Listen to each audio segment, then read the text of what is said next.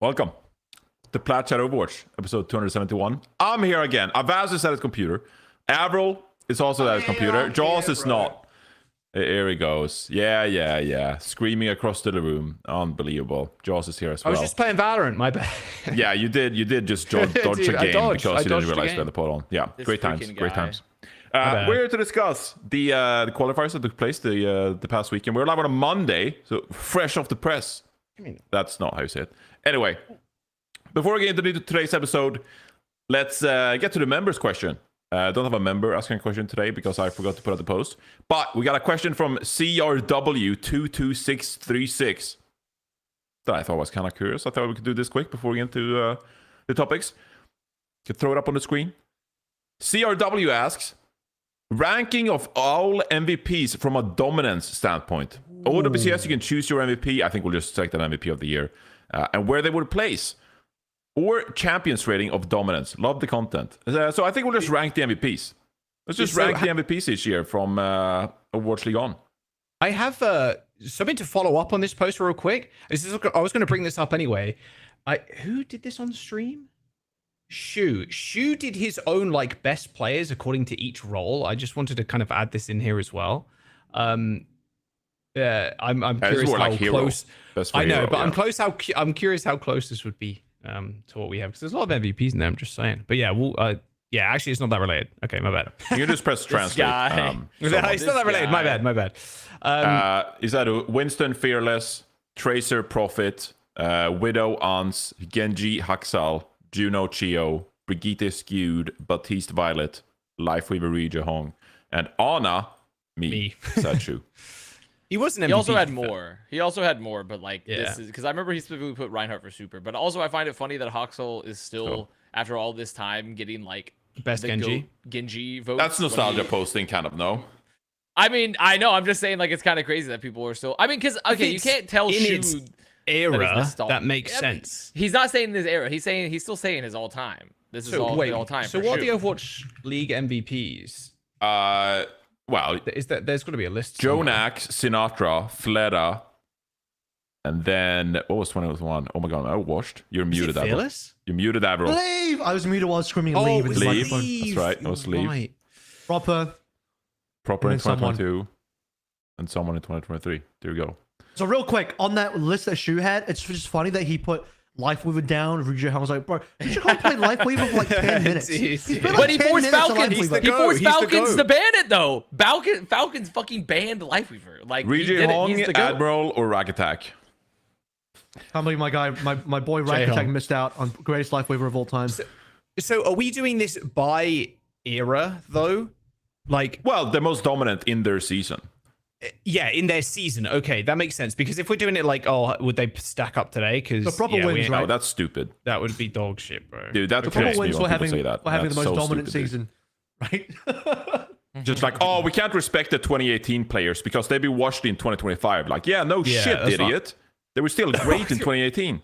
Jesus, okay, calm down. Oh, he's passionate about that. He's passionate about I respect Johnny, even that, though he peaked in 2016. I respect Johnny. That triggers me, dude. If you were literally the best player at a global game at some point in time, that sounds like a pretty good achievement to me because you were better than all the other millions of players who play the game.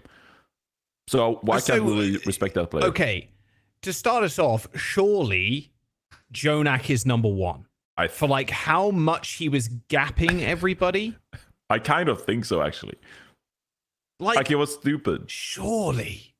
He was like hard gapping the entire league on that I'll give him role. number 2 at best. Like, and remind me again, we're ranking this based off like the players in the role, most dominant in the role here. Is that what we're doing? Yeah, or like how close was the number 2 person? Was there anyone in their vicinity? Was there even a conversation? I think for Jonak, there wasn't even a conversation. Like it was just like predetermined that Jonak was the MVP like 3 stages in. Because just like he revolutionized the Zenyatta role. Like people tried to be like him and they couldn't pull it off. Like they literally had something called Jonak syndrome. Yeah. Where Zenyatta's thought they could pull off what Jonak did. And obviously you need great teammates, team play and whatnot. But literally Sleepy would just be like, yeah, pocket me, I got this. And they'd be like, no, you're not Jonak, you're not Nurg Excelsior. Like no other player has had that. they also changed up how observing used to work. I don't know if anyone remembers like 2016, 2017 observing. No one looked at support players essentially ever. And then 2018, we actually saw support point of views for the first time like ever. I don't remember this.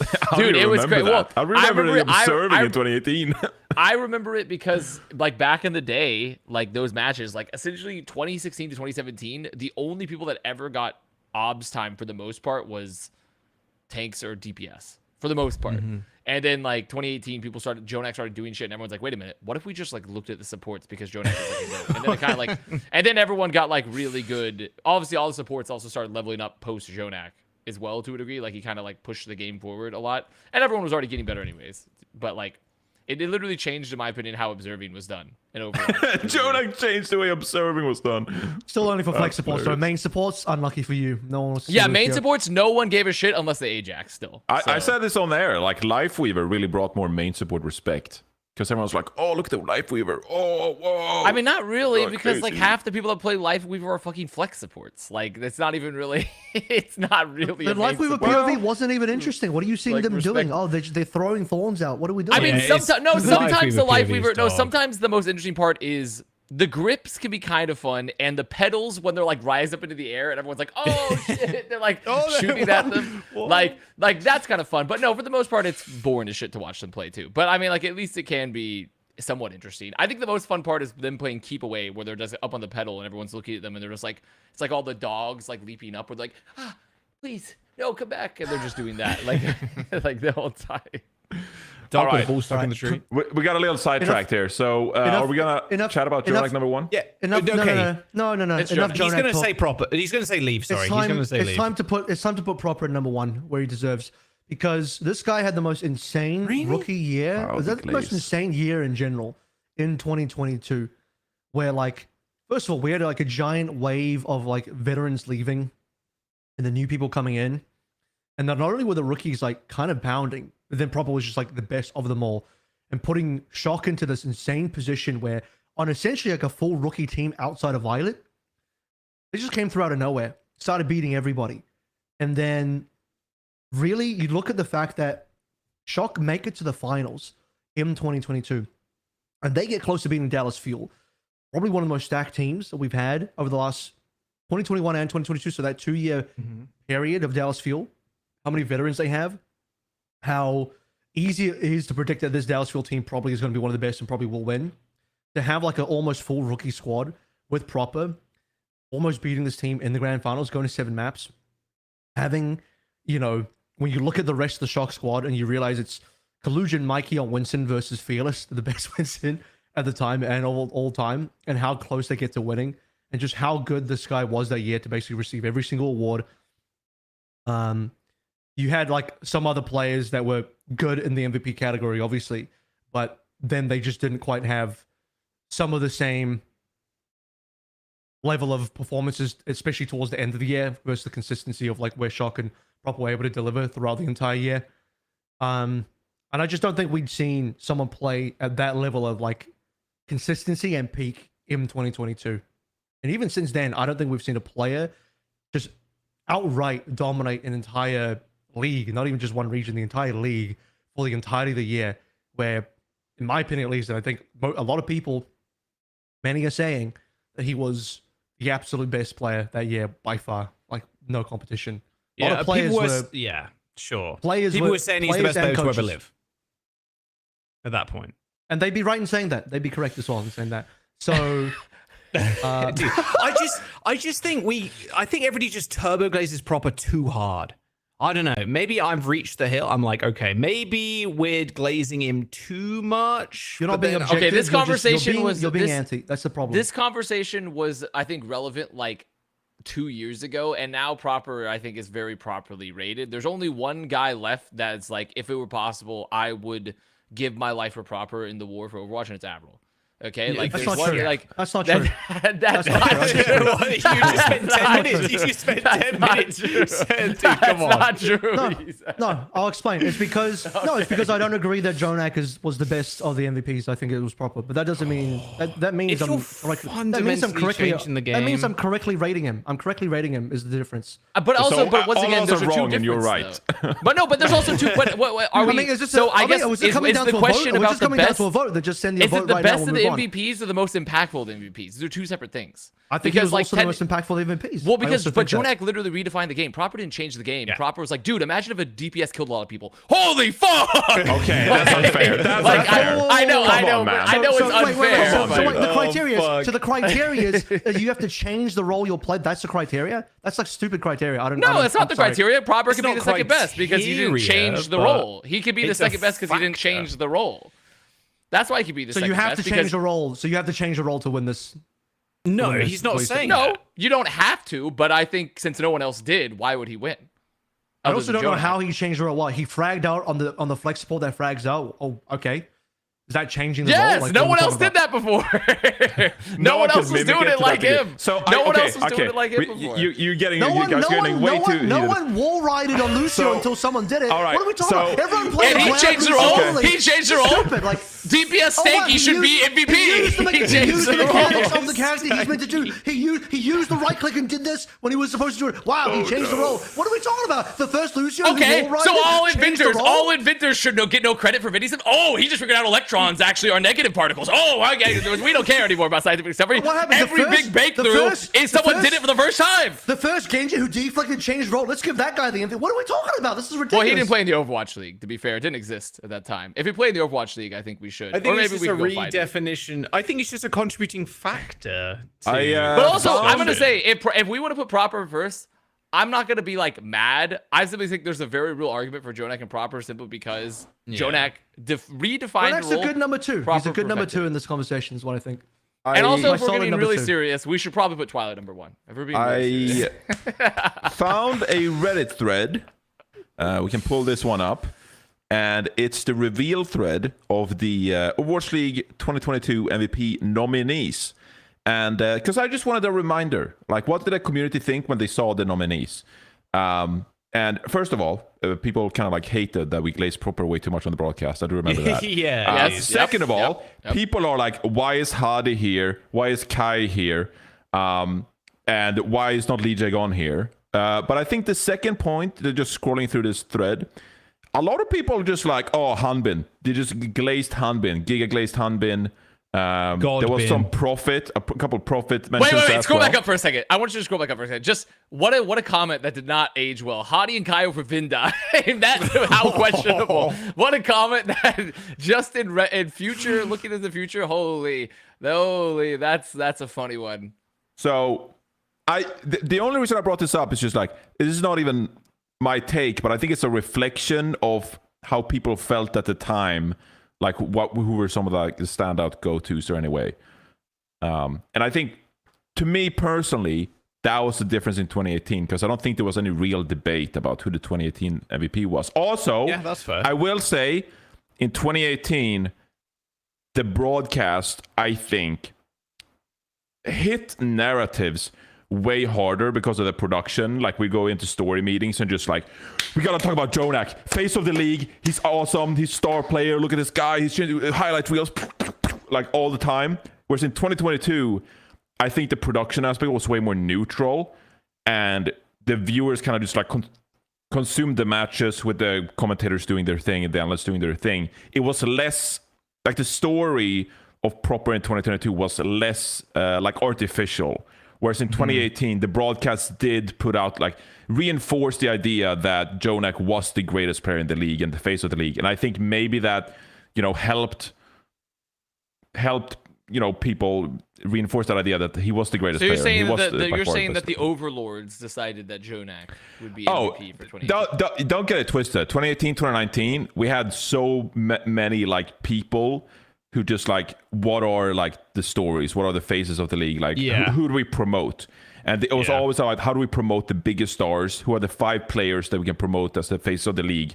And because Jonak was dominant in stage 1, first of all, it was Pine, but then that kind of like Pine went on a bit of a downward trajectory, and Jonak became like one of the go-to people to promote. And so I think because of that, there was less conversation about who was the MVP in 2018. Whereas in 2022, I think it was way more open because there were less artificial stories about who did that. So that's why I think it was a bit more even. But I didn't mean for this to blow up the way it did. There are plenty of other nominees here as well. Just give it to Sinatra and be done with it, right? Let's move on. Oh my god. Yeah, I mean, like I said, I'm okay with either option. I'm okay with either option. If we want to go number 1, number 2, we'd swap it up. That's fine. But it's still hard for me to find a player that redefined a role so hard. So now the overlords, maybe they got into my brain, and the 5G brainwaves were like getting me, and all the Overwatch League main broadcast vaccines were like going around, and they were getting me, and I was like, okay, like give me another, please, like I want another Jonak jab, please give me another, and they just kept going. Like maybe it's that, but I think Jonak's probably still like. This is how we're gonna do it. I have a solution. This is the perfect solution. Just like in 2020, instead of getting Nori to sort it out, we're gonna get your cat to do it. Avast, turn around, get your cat, and whoever your cat goes to is between Jonak and Proper. That's the winner. I'm gonna be honest. I don't know how to get her to decide. I don't know what I'm gonna do to get her to decide in this one. Put two. Okay, here you go. Put 2 hands up. Declare which hand is which, and see which one she sniffs. Because cats always do that. You know, they're always like. Well, she's grooming herself. You know what? Here's what we're gonna do. We're gonna do a Groundhog Day situation. If you want Jonak to be the number 1, keep grooming yourself. If you want Proper to be, stop. Look at me right now. If you want to be, if you want Proper. This is so rigged. Well, there we go. There we go. Jonak 50-50. Yeah, that was how was that not 50-50? I don't. What else am I supposed to give her a coin? She doesn't understand the concept of chance. Like she doesn't really get this. Keep licking yourself if you think it was proper. See? Fuck. She's undecided. Wait, wait. There's an easy way. Wait, no. I mean, there's an easy way. Okay, go on. Because remember, and then if she stops looking at Jonak MVP, right? Is that what we're saying? Sure. No, because it's what Johnny stupid. said, right? Okay. Well, then what do you want me to do here? We're talking to a cat. We're talking to a cat. Do the hand thing. Do the hand thing. No, why do we get to decide this? Okay. Dude. Hey, No, on the right, Proper on the left. Go up to her. Go up to her, motherfucker. She's not gonna lick. She doesn't lick my fucking hand anyways. She doesn't ever do that shit. What are you talking about? Am I gonna put tuna all over me? It's just not gonna happen. I blame the person who asked the question. I'm moving on. Okay. Okay. Yeah. All right. Okay. No. Screw Can we CRW. quickly go the list? Can we quickly go through the list though, real quick? I'm over it. Like my fear of confrontation is triggered. I'm just like I need a therapist. Like I'm over it. We have fucked up. I think there's a real conversation to be had the landlord is calling me. Okay, you guys decide. Oh, and there he goes. And there he goes. He's got to command There the he game. goes. Fucking This hell. fucking guy. Yeah. Do you know he's gonna start? He started using that excuse, and he's gonna go play Commander, isn't he? He's literally just gonna leave and never come back. I'll say this. I feel like I've been outvoted, so we can give it to Jonak on the basis that I'm the only one really batting for Proper. Let's do this instead, okay? We can have Johnny, the can you show me the YouTube original comments. question again? Let's have the YouTube comments chime in, and then we can react to the Reddit YouTube comments next week. Because then we have some. Oh, like actually, let's maybe not do that. Like, who the fuck cares? Can we talk about the matches? Let's talk about the matches. Whoa, instead. what do you mean? Like, okay, so first of all, I just bring up because everyone was pissed at the last episode because everyone was like, "Don't bother watching." It's just Avast doing. Okay, that was just Ezra, and who the fuck cares? Yeah, but I'm just saying, like, back. we have That a was real literally chance just Ezra. Who the we have fuck a real cares? chance to connect with the real turbo nerds of the community. We have a chance here. We should read the YouTube comments. These are the most annoying motherfuckers we know, and we should read their comments. And we should read their comments. I had a great fucking time. I don't give a fuck what they think about it. I had a No, fucking but phenomenal I'm time saying hanging this is out our with you chance guys. to connect with them. This is our chance to connect with them. We should read the comments. We should ask them to vote, and then we read. I read the comments okay? way too much on our YouTube page. I never you guys do. are This is actively my telling me not chance. to. This is my chance. I don't read it I can ever. tell This you is what the the one problem chance I is. want to. The problem is we didn't stream the rest of Avast putting his groceries away in the pantry. If he did that, we would have saved it. Dude, that That's the tweet difference. was crazy. It's like, what the fuck is Plat Chat right now? Mine's a blank box. You're in the supermarket, and then Avril and Johnny just sat there. I'm saying this Dude. is a great opportunity to hear what their thoughts Oh, might fuck. be, and then we can review that next week. Okay, you know? all right. Yeah, I mean, feel I like will that's read the YouTube comments because I'm invested in our community here, our little Yes, page our here. community. I don't care about what people say about us on X, Reddit. Like, I am don't sending care a about that, signal but- out. Redditors, everyone, stop getting your updates. It's time. Everyone, stop getting your updates to glaze the same 1,000 sub analytical podcast. It's time to come in and talk about this. I'm sending this out. This is going out in the brainwaves. Redditors, prepared. Love to hear your votes. Let's hear your votes. Redditors, everyone. Watch our viewers. Let us know on Telegram what you think. Yep. Yeah. Let us know on Signal what you think about this debate. Go for it. While we I was gonna say this for last in the episode, but since we're kind of on the topic, let's just quickly get an update on the betting situation from last week here. It's not good for me. I can already tell you. I don't think I made the calculations. I don't think Solomon has a visual on it, but I made the calculation. So score update. Currently in the lead, Avast with 2,710.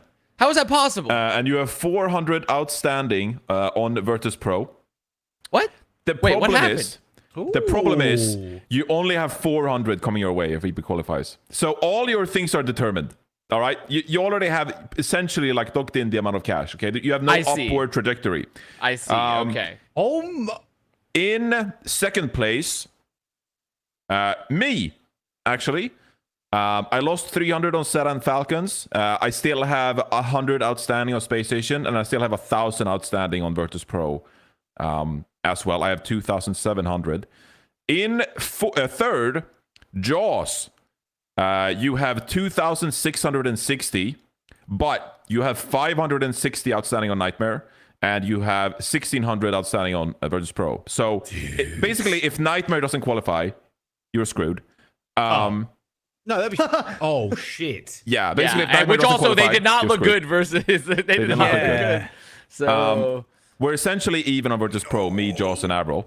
Oh, you added up all the numbers. Oh my God, Solomon, how the fuck did you do that? Wow, that's crazy.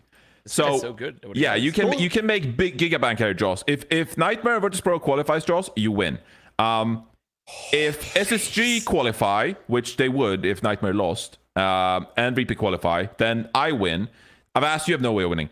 Yeah, I'm cooked. Yeah, you're cooked. AVRL, it's over. Kind of vying for third now. You put too much on Falcons. You put 300 on Zeta Division. You have some outstanding on Virtus Pro. But because me, Jaws, and you have Virtus Pro waiting, you can't really like catch up to us because you lost so much on Falcons and Zeta Division. So that's the standard. Dude, that Gen G pick from Connor is heinous. But if it had paid off, you guys, I would have looked like it would a have been genius. crazy. Yeah. And listen, they did win a map. They did off the map. No, yes, they did win a map, and it was the one time they did not play crack cocaine compositions with Who Are You TPing off the map. So I felt like I had one final belief. I was like, Krusty is in the rehab center. He is off the crack. Like there was a chance.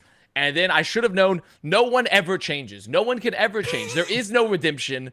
There is no hope. Always cut out those that wrong you the first time in your life ever. Always. Do that every time, chat. Which is how we should have felt about Zeta and Falcons, because they did the same Zeta and Falcons shit they always do. Except, Falcons not always. This stage. No, was Zeta is disappointing. Did. Zeta, you know what? I put too much faith in Zeta. Put too much faith in Bernard carrying on Orisa. Should have realized that Flora wasn't going to do anything. Well, you should have known that. You should have known that Bernard just wasn't going to play Orisa. Should have known that he just wouldn't play. Should have known that he was going to get infested by Harmbin and Sparkle and play only Malga. He didn't even play Orisa. And then Flora just didn't do anything. Should have known all of that beforehand. Classic Zeta, disappointing. At least we lost together, you know? Like we all, a little of us believed in Celebration, and we all lost similar amounts. I probably lost the most here with my belief in a man that I thought he could change. But so I did actually have to hide a YouTube comment where there was someone who actually like held your Gen G bet against you so hard that they were like, this is why I don't listen to this podcast, because a dumb idiot like Avast would bet so much money on Gen G. And that was my burner account. My bad. That's fair. That's fair. And honestly, like, I mean, to be fair, I think that's fair. I think that's a fair point. That hidden comment, I'm going to invite you to my address. You can kill me with a gun. You're allowed. You're allowed to. One lucky fan will get to kill me. One lucky fan. That's the start of a Mr. Beast video. One fan. I don't know. That's crazy to me. I'm glad I looped in AVRL for Falcons, though, at 6-1 odds. Yeah, the odds were too tempting. The odds were good. The odds were nice. I agree. The odds were good. That's why it was impossibly hard. Dude, it was hard. I'm just saying. So if VP win, yeah, do I win? Or does Well, it Nightmare comes have down to to win? Nightmare versus G. Oh, okay. Because It's either you and me, versus depending on who Ultimates wins. is kind of a like that's a VP game for sure, bro.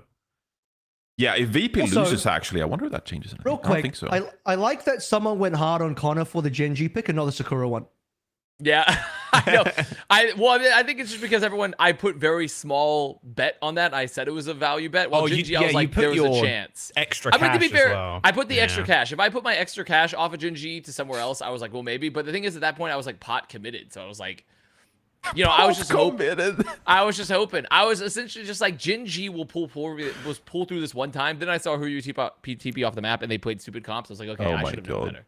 Yeah. I should have known better. But the thing is, it was a bet. It was a bet to try to make it more interesting, and that's why they should kill me with a gun. Viewer, things should not be fun or interesting. Everyone should make YouTube analysis essays, and you should talk about that for 4 to 5 hours at a time. And I think that would make life really cool. And If anyone on the interesting. So they podcast should be able laughs to kill one me. time, we should just end the podcast. We should in Plat Chat, but we end the podcast the first time someone laughs. Jaws laughed, kick him off the Okay, podcast. turn it off. Okay, see you later, Turn it off. everybody. Yeah, we'll see you later. There we go. It's like to black, Ludwig. fade This to black. stream ends when someone laughs. Yeah, that is a Mr. Beast video. First hand off the car wins the car. That's true. That's very true. No, it's the So, yeah. last hand on the car. wins Oh, the last car. hand on the car wins the car. Did you see he Because released an the car AI wins the thing as car. well recently? No. He released No, a I tool did to not. scrape YouTube Oh, to steal everyone's thumbnails. thumbnails. Yeah, to steal everyone's everybody's thumbnails. Yeah. thumbnails is I did see that. crazy. Yeah. He also put a video out where he like uses a guy's death for content in the video too. Yeah, I saw that one too. Yeah. Dude, Mr. Beast, bro. That's why the Ruining kill content that's creation. why the Avast like the kill Avast fan contest would be Mr. Beast. Like kill Avast fan contest, record Mr. it, Beast put it up. Plat Chat. It's gonna be good. It'll be good stuff. It'll be good content. The stream ends when Avast dies. The stream ends with Avast yeah. What was I gonna say? I did feel kind of silly, like immediately after the results. I felt kind of silly putting Crazy Raccoon at odds 2.2. I was just like, oh, that was obvious. Of course. No, Chris Raccoon it's gonna not qualify. silly because they didn't look that good going into the playoffs. The sandbaggy narrative is stupid. I hate it. It's literally just they didn't look good. I think they figured out the rotation and I figured out what they wanted to play. And also they just looked individually good. Like that's it. I don't think it's a sandbaggy narrative. I don't think they sandbag because also the odds aren't even sandbagging made sense back when there was money in this game. There's no fucking money. There's no point to sandbag. There just isn't. There's no point. Like it's literally being king of the beggars, okay? There's just no reason to do it. All right, let's get into the matches and Okay. actually talk about some gameplay. Yeah, Johnny, you can kill me too. You can just shoot me. Sorry, Oh, we will. That's fine. We will. no one followed up on you, and so I was just like trying to organize to get into the next segment, and so I was just like, okay, well, That's I fine. guess You can no follow- one- you can no all one- follow I up was with me just, with sorry, I was hammers. just plotting to kill him. Yeah, you can all follow up with me on now. hammers. That's fine. I know you're following up with Oh hammers on that no, one. he's stuck in the 50s. He's so. Just like the time Straight Avril up. died. Oh, that's right. By the way, before we get into the matches today, if you're wondering what the thumbnail is about, that says playoff drama. Yeah, I lied. Sorry about that. There's no drama. See, that's the I mean, the crazy raccoon. thumbnail. No, Crazy about that. Raccoon is kind My of a bad. Crazy Raccoon could be drama if you want to talk more on that later in the Korea section. This guy posted the thumbnail Oh, yeah? in the Discord chat, and I'm like, whoa, what's the drama? He's like, oh, I lied. I'm like, oh. Sorry. Okay. He's so shamelessly YouTube pilled. He's so I shamelessly was YouTube I was pilled. hoping something come out. I don't know. I look just good didn't know with what a to put in turtleneck, there. I can't lie. Wait, that's God even damn. better that you were just like, I'm hoping something happens. Like, I'm going to preemptively say drama and just hope that something occurs. I don't know. That's really If you click the thumbnail because of that drama, I'm sorry to disappoint. Don't downvote the video. Tree and Landon are beefing. That's the drama. We're gonna make it up right now. Oh yeah, that actually Tree kind of and looks Landon. bad, I guess, for Tree and Landon when the drama thumb. My bad. You know what? All right. We well, can put the face. I don't know what face can we put. We can put like Reddit and then my face down. What? below. Yeah. Put Avast and then random comment on the other side. or Avast and AVRL in the lower third and the upper third. Yeah. That'd be great. Avast and Gen G or me and Mag, one of those two. Oh, Avril that's and good. Mag. That's a good idea for next week. I guess Genji aren't playing next week. So it Gingy, makes sense, but I am beefing with Gingy though. I will say I'm gonna beef with Gingy. So that is Okay. that is a good point. Let's get to them real soon. I think we should just do it in the order of the matches took place. Here's a look at the EMEA bracket. We can just kick it off with Alcalcia against the Ultimates. We'll just go match by match here. Kind of go through the details here. Obviously, a lot of stomps this past weekend. So Alcalcia, 3-0 the Ultimates. Don't think there's really too much to discuss here. We know Alcalcia is the best team in the region. Ultimates We know they struggle. I guess noteworthy coming out of this one, Twilight Lucio. Yeah, that's right. Oh my Dude, god. I'm afraid to admit it. My goat might be washed. He's playing Lucio. His Welcome. goat, your goat's not washed. Your goat is Welcome. being coached by Europeans. Okay, it has nothing to do with he's playing Lucio. This is the problem. No, why do you- He should not be on Lucio. He shouldn't. I will Dude, say, okay, Avast, his he swapped Alari onto Ana. also not that good. His Ana didn't look that good either. Bro was I'm missing telling the you, easiest I'm sleep telling dust in the you, world. I'm he sorry. needs to go back to Korea. He's lost his mana. His mana has been drained by the Mana? region. His mana has been drained. He's too far from the mana pool. Okay, he must return home. It is an energy issue. I just put Twilight back Mana, there. mana. You know Stuff what? I will agree. be okay again. I agree with the Avast. This is a European problem. It's these damn walkable cities and their free healthcare draining the mana.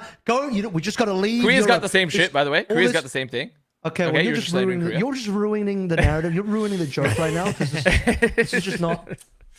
Avril's our new narrative writer here. We don't have the 2018 Overwatch League narrative writers. He's to replace. My narrative is that the mana has been drained.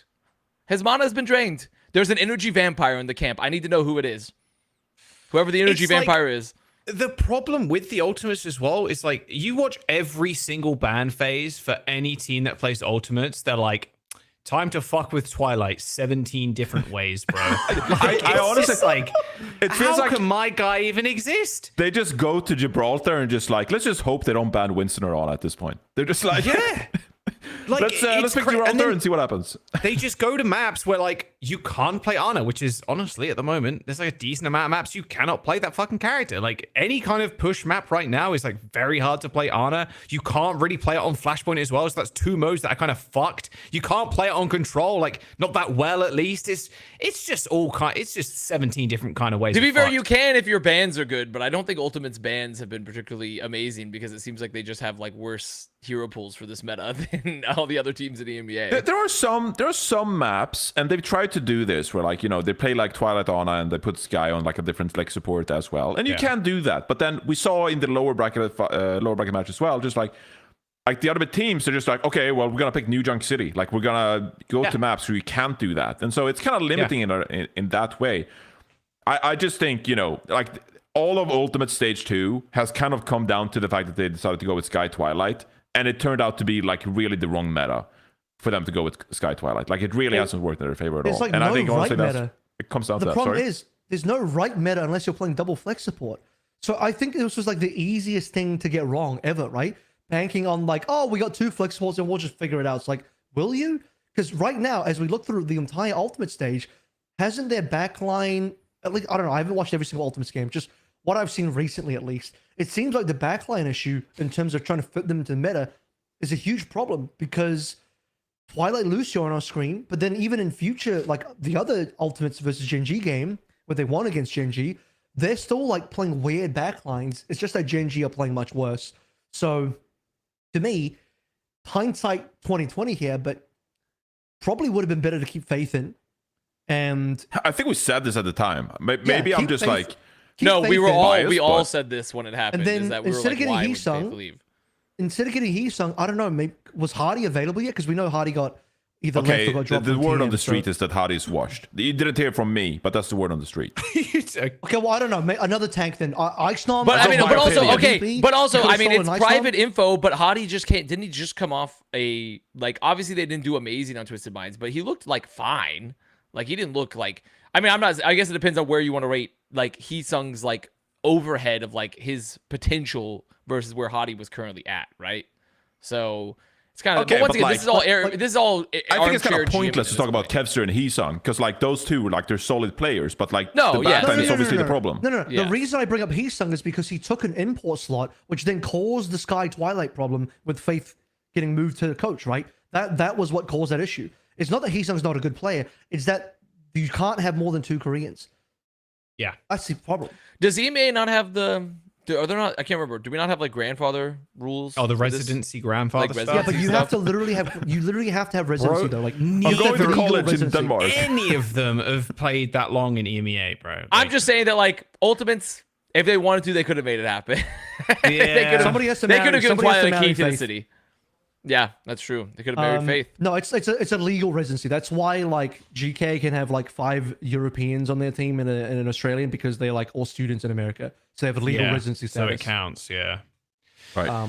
Oh my god, dude, it's just like I'm not like a Grandmaster or Lari player, but like I think dude was just fucking tapping and it was pissing me off. Like he wasn't even waiting for the like boom. Do you remember that boom. match? There was one match where Twilight was just like perma spamming the primary and was like, Yes, does he bro, just we cast does that, he right? know how the Ilari primary fire? Like That's does he what I'm just- saying. I'm like, dude, why is he just fucking tapping, spamming the shit out of left click? Like, you do no damage. Like, the only time you're doing that is if you're like trying to finish someone off. Like, dude, it felt bad. And like him on Lucio as well, dude.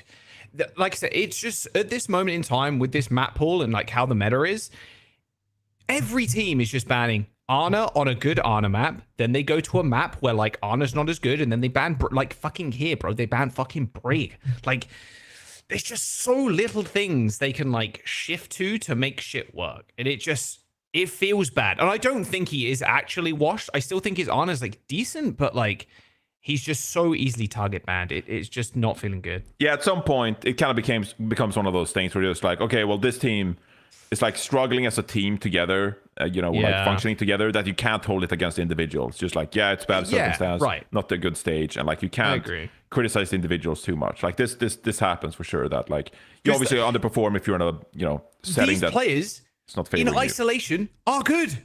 Like Hisung is a good tank player, solid tank player. Like you would say near middle upper of pack. Maybe not if he was playing in Korea, but like if you are looking at him, NA, EMEA, Sky also. Look at Sky's performance like even last year. Sky was pretty good last year. God damn, so. like this guy's a bit of a freak. And then I would say Kai's not had like the hottest start. Kai's been a bit on and off, but then Freya. But that's his whole it's career. That's Kai's literally his whole. And then career. 2022 MP nominee. I I'm don't just think saying Kev, that. right. 3 years. It's been 3 years. I don't think Kev's ever really been that bad. Holy shit, Avril got fucking flashbanged on that scene. I don't think Kev's has ever really been that bad. Like at all. There's like individually. No. These I think players that are might be the least hot take ever uttered. Is Kevster has never been that bad. Exactly. So like, yeah, like Johnny said, like it's a team thing, and like unfortunately a meta thing when it comes to fucking backline. But the thing is, we all saw it coming though, because like as soon as this happened, we can go find the episode and be like, what the fuck is this backline? Like we can go find the episode. I think like, honestly, if I remember correctly, we assumed that they still had faith in the lineup, and then people in the comments and chat were just like, no, they're going with Sky Twilight, and we were like, what? Because of Hisung on tank. Yeah. So I think that if I remember correctly, that's how it kind of unfolded. Just like, yeah, we're going with Twilight Hisung over Faith, but that's if I remember correctly. So yeah, Alcazia, they steamrolled, they play Symmetra. They still look, freaking dominant. Whatever. I think we can kind of move on here. They did play Gibraltar. Ultimates had 5 ultimates. They didn't win the fight with 5 ultimates. They lost them up, and that was pretty much the series. So tough luck there. What was the next matchup? It was Twisted Minds. They dominated Virtus Pro. A Twisted Minds that look fantastic now. They doubled down on the Symmetra as well. Really seemed like Symmetra is pretty hard meta around these parts now. In their previous matchup, they of course went to 6 maps, but the difference was that this time Twisted Minds were like, oh, you can't play against Symmetra. We will play Symmetra all the time. And yes, there was a Symmetra ban in there, but it really was a diff this time. Twisted Minds easily cleaned up Virtus Pro. So I guess, kind of should ask here, like, are you worried about the Virtus Pro at all? Or do you just think that Twisted Minds, they look like fantastic at this point? So this is not going to be very satisfying analysis, but here's what's going to happen. Season 17 is going to come out tomorrow, and then the meta will change, and then the whole Symmetra thing will probably not even matter anyway. So that's where, like, VP can just, like, kind of angle where, like, please just let the meta change tomorrow, and then we'll just see what happens. I think Ultimates as well. It's just surviving until you get to Season 17, then seeing what the change is going to be, then hoping you can sneak into that top 3. I'm not lying, by the way, because these teams have no chance of beating LKC Twisted Minds. LKC Twisted Minds on the current Sim meta are going to, like, take each other to map 7, and any other team in EMEA that plays them will get 0-3 or 0-4. So, yeah, it's like, it's gross. VP are definitely going to struggle unless the meta changes. I think VP probably beat Ultimates even on the current meta anyway, because Jwoo can at least play some Sim, and then Jwoo doesn't need it. He can carry on the Tracer as well. So I think VP can probably play up the Ultimates in the actual dive. I wasn't even that pleased about seeing the Ultimates dive. But Twisted Minds, they were so smart in just realizing, as you said, play the sim, keep UB in the whole time, start UB, don't sub them out, and just literally play sim the entire time. And even when sim gets banned, as long as you can play Tracer, it's not a bad deal. Like, UB's played Tracer his entire career as well. Yeah, they so full can held just play them. that. Exactly. So, yeah. They full held them on Dorado. Disappointing for this pro when they do that thing where like, oh, we got full held on Dorado. But don't worry, we VOD reviewed. Let's pick Dorado again. And they get full held a second time against Twisted Minds. Just like, oh, well, that really, the difference is I think the unfortunate thing with VP is VOD reviewing their game against TM. It's like 5 maps of Psycho and then 1 map of UB. Now they play them again and it's 3 maps in a row UB. And it's probably just a little bit different to what they're expecting to play against. Because it's not like VP were doing Psycho TP strats against them for the entirety of that 5 maps before UB came in. That was just like a normal game of Overwatch with Psycho playing his normal heroes like Tracer and stuff. But I suppose on Dorado there was no Symmetra, so point standing on that map. But in general, it's just harder for VP to play into TM when their Symmetra comps aren't going to be as strong. JWoo's going to be less experienced on Symmetra. VP in general going to be less experienced as a Symmetra team, just in terms of the strats. And team are one of the most experienced Symmetra teams in the entire world. So that's just like, in a sim meta, the sim gap is going to be too big for VP to handle. I guess this is the point to ask you as well, AVRL, because you are our go-to Mauga reporter. But Stola did play some Mauga in this series. Is Mauga dead? No. Mauga should be dead, but people keep playing him. People keep reviving his ass. This guy is like Lazarus. The brother just keeps getting fucking revived. It's insane. Well, Yeah, are you really he's alive not if you dead. pick Mauga and lose? Well, if you can make it work in other matchups and win, then I think it depends. I also think it's skewed a bit because in Korea there were especially in Korea there were teams Zeta that were picking Mauga and then losing into a different Mauga, and so it's like when they didn't need to do that. So it's like I think it's just like if you're good at it, you can probably still make it work, and it's map dependent, but it's not insanely meta. Like right now, I would much rather see like an Orisa on the field than a Mauga for most teams. For most teams, I think some teams can probably make the Mauga work, but I'll say this: I don't really... if you run the Mauga into ultimates, you probably win. Yeah, All I right. mean, That's the one team you can beat with Mauga. If you ban the Ana, yeah, maybe. Yeah. well, you could also do it into Zeta. Zeta lost into Mauga, but they also played Mauga. Twilight can't hit sleep darts, so I don't think it's a problem. You don't have to ban Ana. Well, I'm gonna let that slander go by because I'm being killed by a fan soon. So I'm gonna let that slander go by. Oh, if Where are they you have gonna Twilight's win? aim, then you'll survive. Look at this slander. He hates him. He hates him. Twilight. Number one Goes Twilight to, hater. one Korean player goes to Europe and he's like, he's dead to me. One Korean player goes to Europe and he's like, this guy is dead to me. Oh god. There was a little win in Mauga in NA over the weekend, but it's just not good. Like at all. No, it's you have to be good at it. You have to be good at it. Yeah, there was a little bit like teams are trying it on like Runa Sapi and stuff as well, and it's like into something like a BAP and then a Orisa and stuff. It doesn't feel good. Even if you ban like the Ana, like it doesn't have nearly the same survivability as an Orisa. the Mauga just dies. You just Honestly. die in that 1v1 against the Orisa. You just lose because you got no fucking armor. Well, you got a little bit of armor, but like you got hardly any survivability. You got one like cardiac overdrive and that's it. Orisa's got fucking like 3 abilities to survive. Like it's not good right now. Well, you're supposed to overrun to the back line and like catch like a BAP or somebody before they can jump. Sure, or but like land. even That's- like people are playing like the BAP, the Lucio, the Kiri. Like there's just so much shit that can just get you away have to from ban the the Mauga. Lucio. You have to ban the Lucio. Yeah, you have to ban the Lucios. then- So you can't amp or boop when like the Yeah. TP or the rush comes in. Essentially, it's the only way that it should work consistently. And if it still works after that point when Lucio's gone, then unfortunately you've been banned off the Mauga. You're on the no Mauga list. Okay, you Yeah. cannot be playing Mauga. I just don't think Mauga's good at all at the moment. It just feels like a throw pick. It just Korea- loses in the Korea weirdly played the most Mauga. In fact, we even had a Mauga mirror. We had Milgaru Yes. and Burnout Weird. both in a Mauga Yes. mirror. Literally, And the worst part too is they didn't have to fucking do that. That's the thing that pisses me off so bad. I mean, we'll talk about it when we get to Korea, but like, fuck! I hate when teams get mind controlled by the media to play Mauga. You know, they just get mind controlled by the 5G waves to go play Mauga. Like, no, you don't have to do this. I know Sparkle's ass is putting something in the water, and making everyone fucking play that over there. It's fucking pissing me off. I just stepped away for a second, but it seemed like you guys were done. Yeah, we're done now. I wanted to say about Twisted Minds Virtus Pro as well. Virtus Pro, they did look a little bit better on Midtown. The final map in the series, Shockwave swapped over, played more Torb. It seemed to play a slower pace instead. I wasn't a huge fan of the Torb, but at least it gave Virtus Pro something. They looked a bit better against Twisted Minds, Symmetra, Sojourn. Still think JWoo had a pretty solid series overall. Reliably found picks and got openings for Virtus Pro. I think Shockwave had a bit of a down series, and in general, I feel like Virtus Pro were looking for something. But even though it's a 3-0, I still think Virtus Pro are a great team, and they might figure some stuff out going into this next weekend that they might look even better in a meta that has kind of like not gone their way because of all the Symmetra being played here. But that's kind of my read on Virtus Pro and Twisted I think Minds. VP is still going to make it.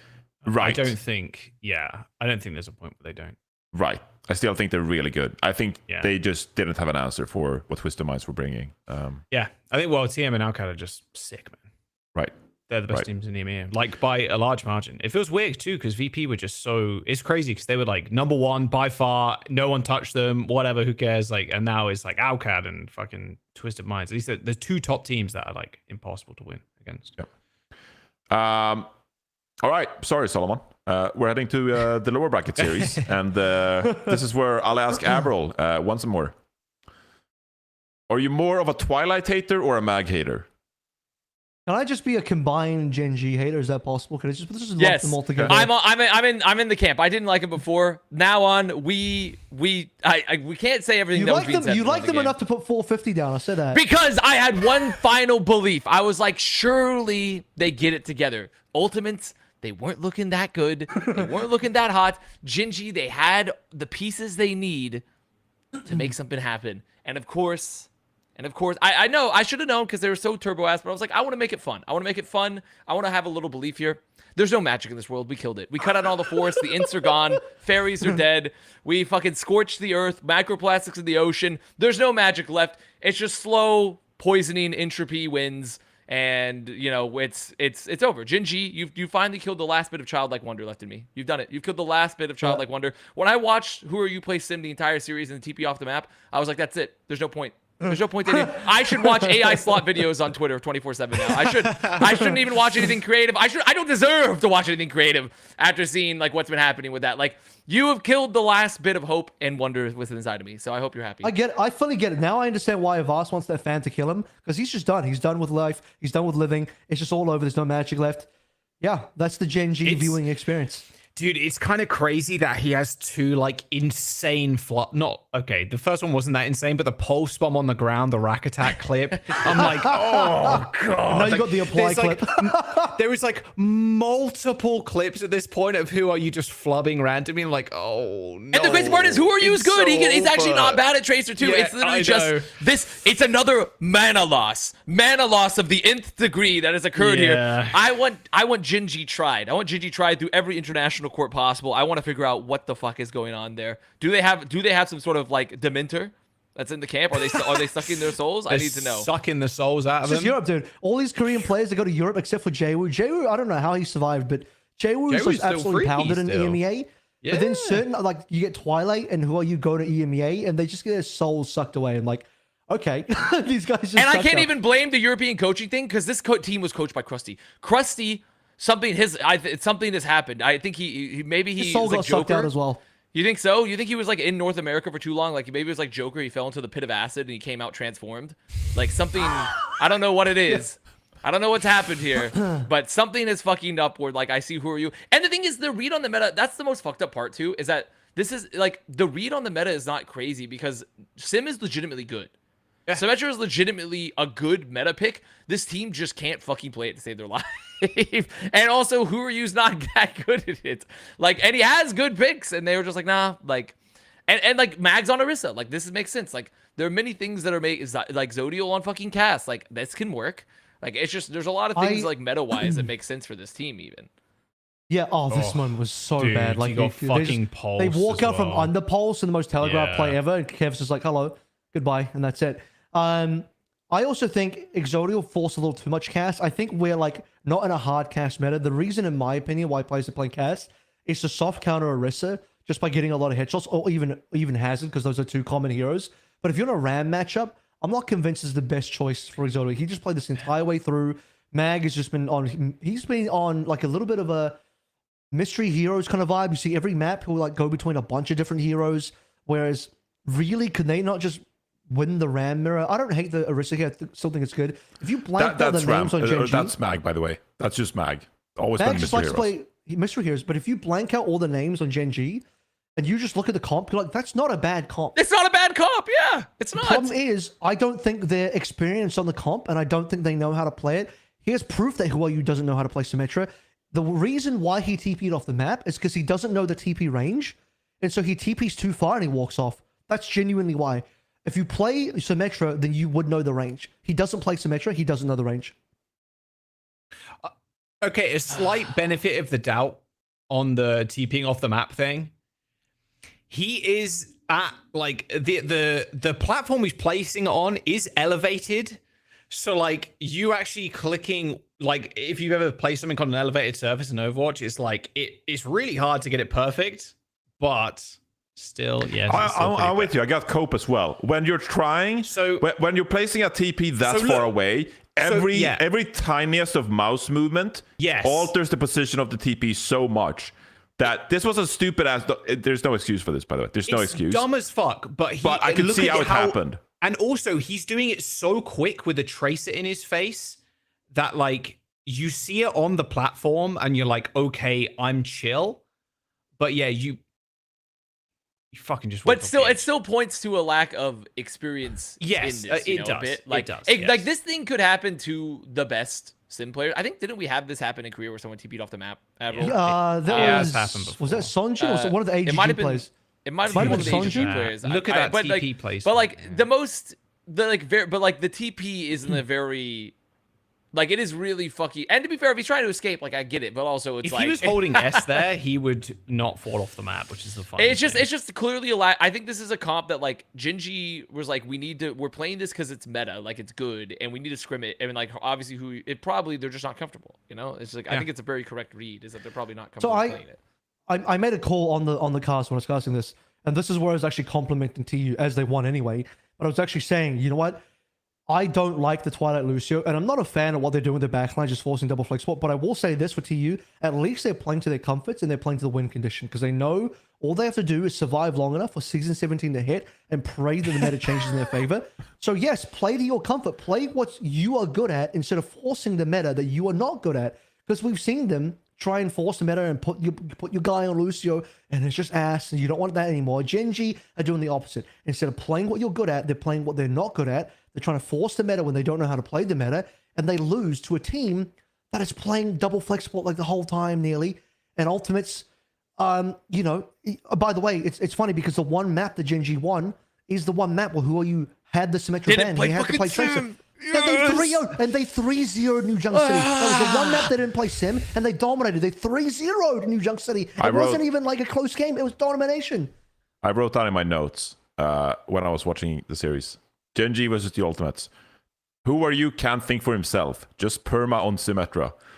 That was literally my note, my takeaway. But the thing is, it's not. Well. I don't think. But I think I like the sim, but just like there are some situations where Who Are You in this series could have been like, actually, I'm gonna swap away from sim here. This compositional matchup is not favoring Symmetra right now. Oh, by the way, this is one of the examples I'm talking about where Exodio was hard forcing the cast when he shouldn't be. He's getting outranged so badly in this matchup. I don't know what happened. I think Krusty just literally said, "You will play these heroes. Who are you? Only Symmetra. Exodio only." But the thing is, they're playing. Okay, but the thing is, Avril, they are playing into an Orisa comp, right? And like cast into the Orisa is fine if your TP plays are good. But like Freya and Sojourn on the other side.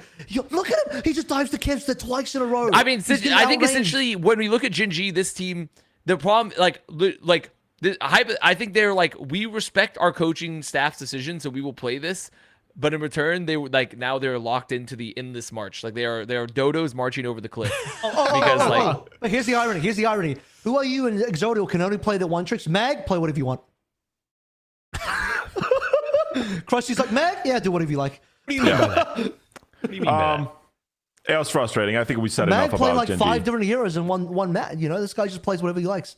Yeah. He just swaps every life, you know. He swaps every death. I It is so silly. I will say this is where I will give the Ultimate some credit here. They definitely got value from the double flex, both on their map pick, which was Busan. Obviously got a lot of value there. They got a ton of value here on Circuit Real as well. You know, just playing this long range kind of like double flex support lineup. There's like so much value from this one as well. And I think Runa Sapi, I covered this on broadcast as well. Like Gen.G just lost the map the first 3 minutes. Like as soon as it was like 117 meters to 0, like it was just over. Like it's so hard to come back from that. So the fact that they lost the first few fights and got snowballed, like they didn't even have a chance.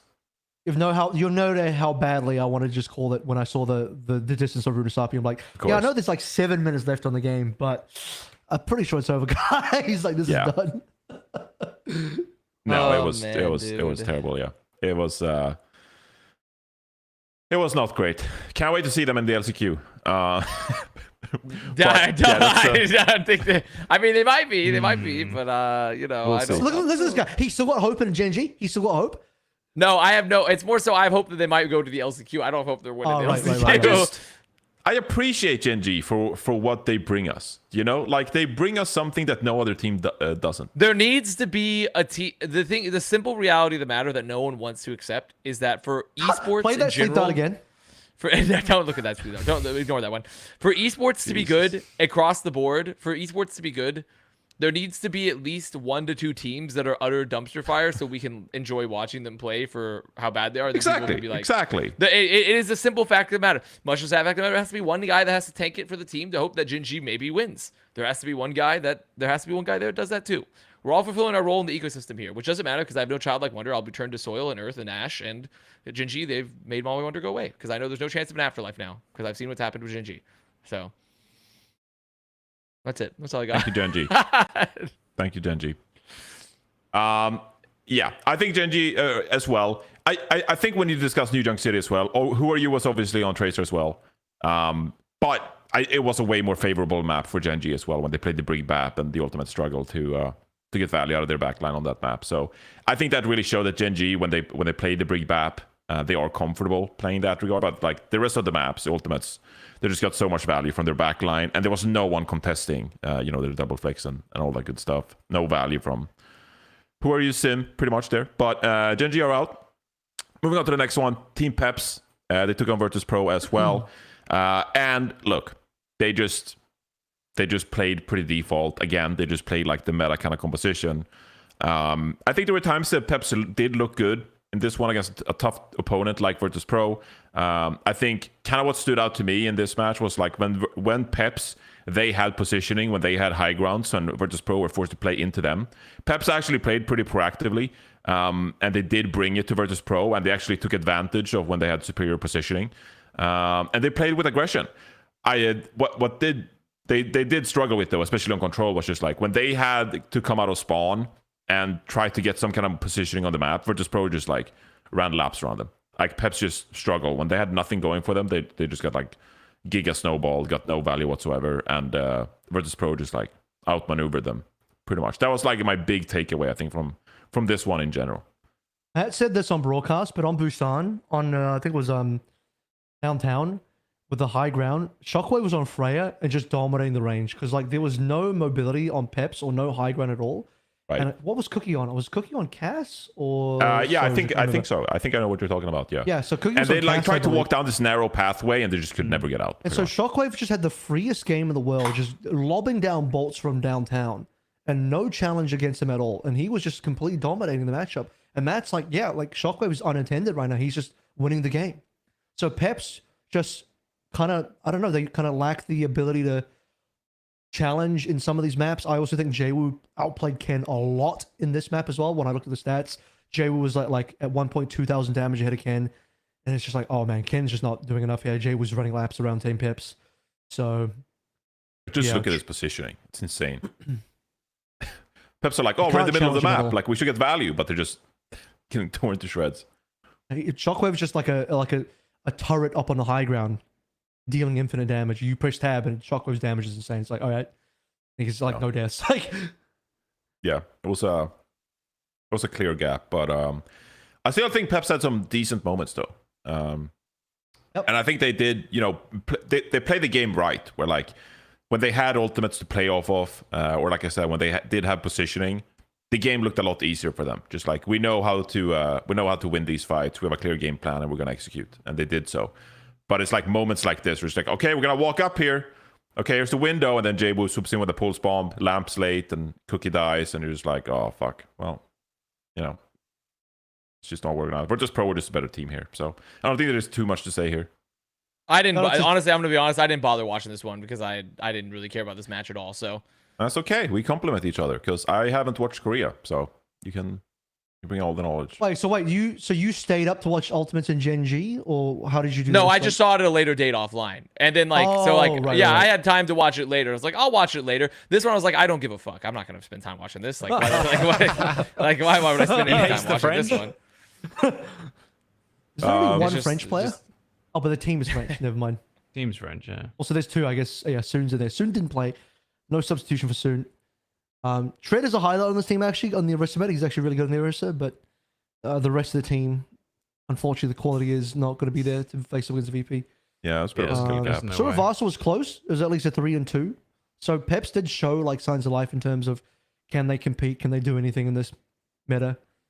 Trying to remember if Vistola tried to play Malga there or something, or if he just stayed Arista the whole time. Yeah, I didn't take notes there, but I remember you said something, or there was something like that. Yeah, on Suravasa. I think didn't they win Suravasa in the previous matchup too? Like they were good on that map. Oh, Peps? Yeah, Peps won Suravasa against VP in the last game, in the week 6 game. Right, and like when Cookie's on the Sojourn, like Cookie can make some stuff happen.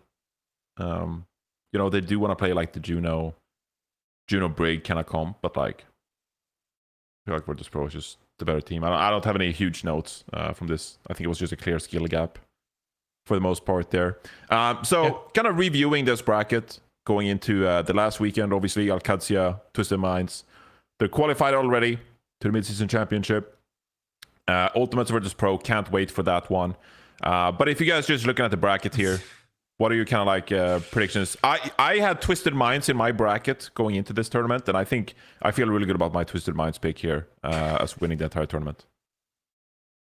I agree. That they'll win the entire tournament? Yeah, I think I really even though Alcadzia is like, I think they have the better record, right, overall. I like Twisted Minds. I think is a better team right now. I think those Twisted Minds are kind of fucking sick with it. There's two conversations to be had here. One is if we don't change in a hypothetical world where we didn't change patch, how will this go?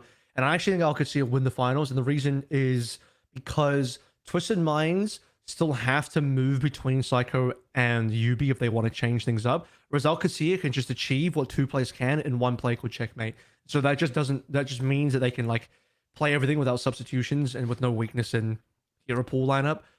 That being said, if they were to play obviously in the upper bracket final, but then maybe in the grand final, would it just be 7 straight maps of Symmetra? It's possible, but I think there are also maps where, maybe it would be better to just like play the Tracer instead. Like let's say for example you ban the Symmetra, but then I guess Yubi could play the Tracer, but then him versus checkmate.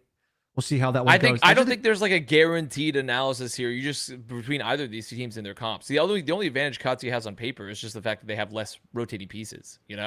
Like I think overall when you look at them, like they're pretty stacked equally. There's just less pieces, which typically is in favor of the team. If you have to do less subs and you have players that can achieve without having to sub when they're hero pool, that is typically better for you. I think I also rate sauce. I also rate Landon super highly in this meta because of BAP. That's fair. That's a fair and point. Ziad has shown more capability in wanting to play the Orisa, whereas KSA's played a lot more Ram. And I think Orisa's a little bit better, at least in my opinion, than Ram in this meta. So just the pieces I see on Alcadzia, they don't have to swap players in and out. I like what Landon is doing the BAP. I think he's the best BAP in the region by far. And then you have Ziad who's playing more Orisa than Ram is the reasons I'm going for Alcadzia if I was to really choose. Yeah, it's going to be really interesting to see what Alcadzia can do against Twisted Minds. Because I think Twisted Minds have really like established what they're like really good at. They're just like simple, gets ton of value. They play this double flex lineup. Yubi's Symmetra is fantastic, obviously. But I think Alcadzia throughout this entire stage has like played a lot of different stuff. They got a lot of reps on like a lot of different kinds of compositions as well. Checkmate can obviously play the Symmetra as well. I think they're just like, I think both teams are like extremely good. I think this is just like, you just gotta be in the flow and just enjoy the series. Like, don't bother overthinking it. Just like, it's gonna be an amazing matchup. So we'll kind of like see how it unfolds. I but- favor Twisted Minds because of simply because I think that they're I think in many of the roles in particular, like Yubi, I think is like fucking sick. I think he's better in the role when he plays than like Checkmate, for example. Additionally, like I personally, even though he's, KSA hasn't looked as good as the Orisa, which to be fair, I think he's looked pretty good when he's played still, but his Ram has looked better, his other heroes look better. I think you can, if you have the good enough bans, that's perfectly fine to make that work. Like, I think the bans here are and the maps that you pick are so important in this meta comparatively to many other metas where, like, it's been kind of like, oh, Malga's like the default best pick.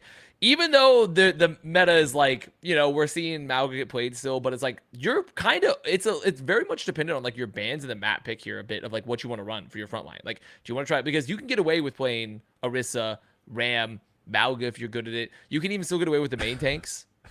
If you're good at Dude, what the fuck happened in Korea? Just like this Malga yeah, mention. I mean, I'm just like, I think Malga's dead, I'm bro. saying, I know, I think it can play. I'm just saying that's like the lower, like that's like the bottom tier picks. Like essentially to me, it's like Ram, Orisa, like those are like top, and then like you can like maybe get it, and then you go like you hit your main tanks, and even Diva, Ram, Orisa, Diva, like those are like your Hazard top 3 too, picks. to be Oh fair. yeah, how did I figure Hazard? Yeah, like those are all top picks, and like depends on what the bans are with the map, and then you can like get to the lower tier picks of like, oh, like depending on the map, depending on the bans, you could play Winston, you could play fucking like Ball, you can play. Well, I mean, Ball honestly is probably a higher tier pick, and then you could play like Malga even. So like, I think the meta is open enough to where if you have someone that's able to force the Ram on maps where it's good, and you like ban out some of the heroes that are like, or like ban out Orisa for example, like I think that's some easy map wins potentially for Twisted Minds. All right, who do you think is going to win between Virtus Pro and the Ultimates? Oh boy, VP, Virtus come Pro. on. Virtus Pro. Yeah. Virtus Pro. Unless part of the new patch, Team 4 releases a new flex support centric map called Long Hallway, where you can have 2 flexes just like there, shooting very far down the hallway. I'm gonna have VP winning this. Yeah, VP probably win that. I don't think. I think people are kind of Shot. overestimating like how just because they beat down on a Genji that were literally high off the skooma and like were like they got rolled by a top team, like when they played Katsia. Like I just don't think Virtus Pro obviously been struggling in the meta, but like AVRL said, I think if the meta shifts in either direction, like both these teams could maybe get better or worse depending on how the meta shifts. Because like, is this match happening before the patch? Right, Patch is happening first. Okay, well then, Patch yeah. is literally tomorrow. Patch is literally tomorrow. I think I'm gonna take Yeah. Virtus Pro then. I'm gonna take Virtus Pro then because I think overall, I think their coordination has definitely looked better. And if we don't know what the meta is gonna be, or even if we're playing on old meta, I would take Virtus Pro. So Old meta, I take Virtus Pro 100%. New meta, it's impossible to call. This is why, like, between Twisted Minds and OWCS, it's like we don't even have no clue what the new meta is going to be. This is some fucked up version of slingshot theory. Just like, oh, the patch will come in to save us. What is the best possible patch for TU though? Like, Oh my would it God. actually literally be a double flexible meta with a dive double or some flex cracks? Hard meta. dive. It would just be Yes, hard double dive. flex Hard dive Yep. with Ana being buffed, so she has like Yes. better nade or something. Yeah. or just even just simply just double flex in general would make him so much better. Like if they could just play double flex, like it would just improve Seriously. their gameplay. So if they nerf the significantly. fuck out of like Lucio, Brig, like any fucking main support, Brig is good like, for yeah. dive. Oh sure, yeah, that's true. But then if they nerf Brig, like, hey, it's just like perma Ana Kiri or like perma Ana, like just anything perma Nerf Ana. BAP, nerf RAM, Nerf, yeah, nerf everything. Ilari, You nerf Ilari, yeah. Just everything. nerf Freya. Nerf Freya. Yeah, a little bit. Yeah, This you is just not nerf happening. all I of hate to break it them. to you, this patch, this No, patch they've is been not watching. happening. Team 4 has been watching. They're like, we're not letting We can't let it's gonna be good. Twilight die on this hill, bro. We can't let Twilight cannot. die. No, We can't let we Twilight will keep die. him around. He's got to. He's We got to bring him back. I can He's tell got you. another one in him. Come on. Here, I got it. This is the best patch. It's actually a Genji patch that Kevsa pops the fuck off on Genji, and then Genji's like, "Damn, we were one patch away from not having who you play Genji, even though he's the best Genji in the world." Holy. So Dude, All right. I would be so pissed if it's a Genji meta. When my Genji bet would have paid out then. Except that if Krusty had put because Genji even meta. even if it was a Genji meta, Krusty still wouldn't play who you on Genji. He'd still be forcing who you and He'd be everything like, else. no, you play Sim actually. You play at that point, Tracer. I would have declared a holy war. That's upon like the saying Jin just like, Justice. Krusty? just like, oh, I'm gonna Okay. be so mad if there's a Washington Justice meta. It's just like, well, I mean, there's no, there's no like Washington Justice meta. Like it doesn't work that way. Season 2, stage 4, mind you. It What, was a bit Corey of a Stratus on the Corey Hanzo May? Stratus? Yeah. Hanzo May. You seem to be Oh forgetting something. You seem to be forgetting Oh my god, Samuel the beat Sam on Vancouver Diva. Titans. A little Samuel Sam on Diva. You seem to be forgetting that fine moment, huh?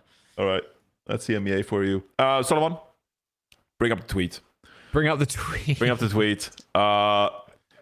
Once again, I want to apologize for lying to everyone who's seeing this thumbnail. He lied and he got called out for it. Wait, my what's bad. that? My bad. Can't believe you Sorry, teabagged Landon. me in last night. I did not think this through properly, so apologize. Fuck. My bad. Don't ever speak I to me like lied. you did again. You better square up in Saudi, little guy. Wait, actual fire emoji? Wait, let's drop some likes. Let's drop some likes. Oh, fuck. Ironically, the biggest why drama here might be that I lied about the thumbnail. would Which that's reinforce- wrong. That's So, 100%, why? bro. You're a liar. Yeah, that's the drama. Another- My bad. My bad. I don't even know where the Another fuck I put it there, bro. classic Ryan I actually actually did not use my brain moment. I was just like, no, you didn't. what should the text be? I don't know. Put drama or something in there. Drama Put in playoffs? playoffs and insert word, and they had to come out. And then So somehow sorry. landed and tree on the thumbnail. So my bad. It should have been playoffs drama, a picture of who are you, and a picture of the teleporter. Yeah, that would have been fire. That would have Actually. been fire, actually. We could have. I should have consulted you guys first before I asked Uberchain to do this. But shout out to Uberchain for making Thanks us for watch that, Mel, heroes. anyway, Yeah, there you go. I like Avast in this it's a good scenario. one. Man, I look good in a turtleneck. No lie. There you go. Just No, where saying. did my reply go? I was typing it. All One right. second. Typing it. Let's Moving to let's head NA? over to North America then. Similar kind of thing here. You know, a couple of stomps, especially early on. God, I need to bring up the bracket. At GK, they looked obviously really good against SSG. They played a lot of BAP Life Weaver. Not too surprising against SSG. SSG, they did their best efforts to dive around it, work around it. Callum the Winston, Sugar Free popping off on the Tracer as well. Here's Justice against Fusion. Corey. dude, Oh holy my shit. god. Bro, raw on Rhine, Ellie vote tank. Oh my Dude, Aim God's back, by the God. way. You guys saw it? You see that Aim He God's is. at LT? I did see that. Aim God's back. Oh Dude, my God. bring that guy back. Aim He's God's coming ripped back, now, bro. by the way. Holy He's been ripped for like fuck. years, but yeah, it's Giga not old. Chad. It's old news, but yeah. Dude, this team. Oh, the Sado Poco, Ryan Sado Orisa. Poco. Oh Oh, my this God. fusion lineup, man. Oh, and Alarm's on that I team want you too. to tell. Hell yeah. I honestly, like, I mean, I'm obviously I'm straw manning, but I want you to take a look at fucking Temple of Anubis and tell me this was not the most, like, one of the worst, like, things ever. Worst I match want you of to just all take a time? look. I want This you to just shit- take a this Temple of map Anubis with Orisa and is tell me it's one of the worst things of all time. Dog shit. Like, holy fuck. Well, this no, map it was is also bad. combined with the Orisa. Where like they're playing Orisa Rhine. Like, what am I looking at? Like, there's Orisa Reinhardt, and they're just pulling with windows and shit. Like, oh, Parpey's my on God. Doomfist. Just a disaster class. A disaster class. Okay, If What year you is this? showed this was 2019. 2019. Yeah, 2019. 19. If you showed an Overwatch 2 only player this screenshot, you'd be like, this is some crackhead April Fool's shit, man. Like, this is just fucked.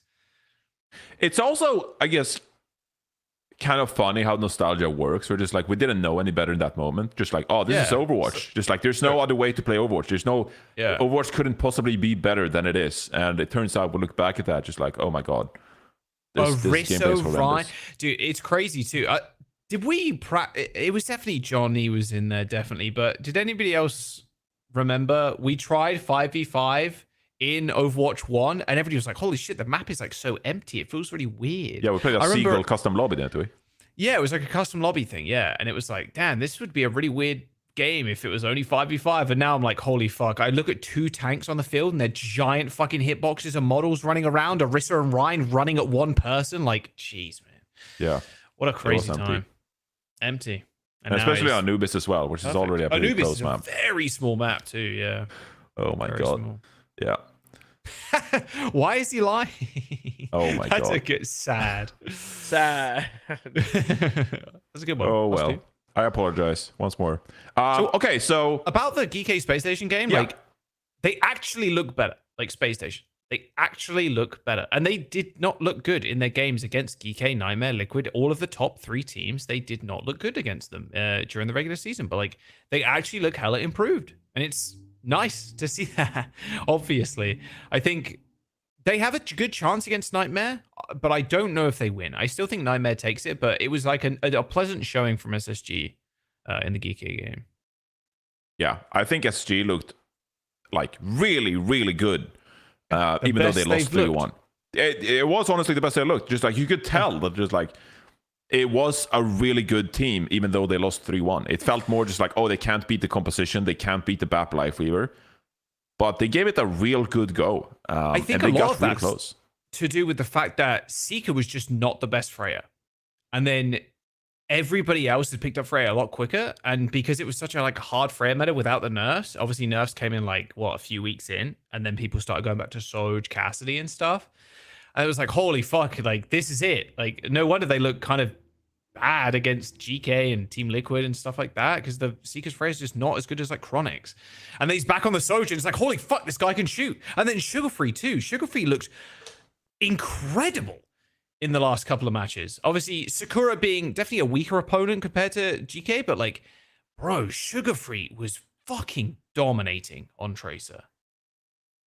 Yeah. It's crazy when they just don't play Freya. I think the thing is, everything that I see out here just seems like the same shit. It's like it's like essentially these pretty much the same things I figured out about Genji. It's like if they just don't, I feel like if they just don't play Freya, this team looks a lot better. It's essentially, it's like this is gonna sound crazy, but it's like Seeker's essentially North American Flora, but like better.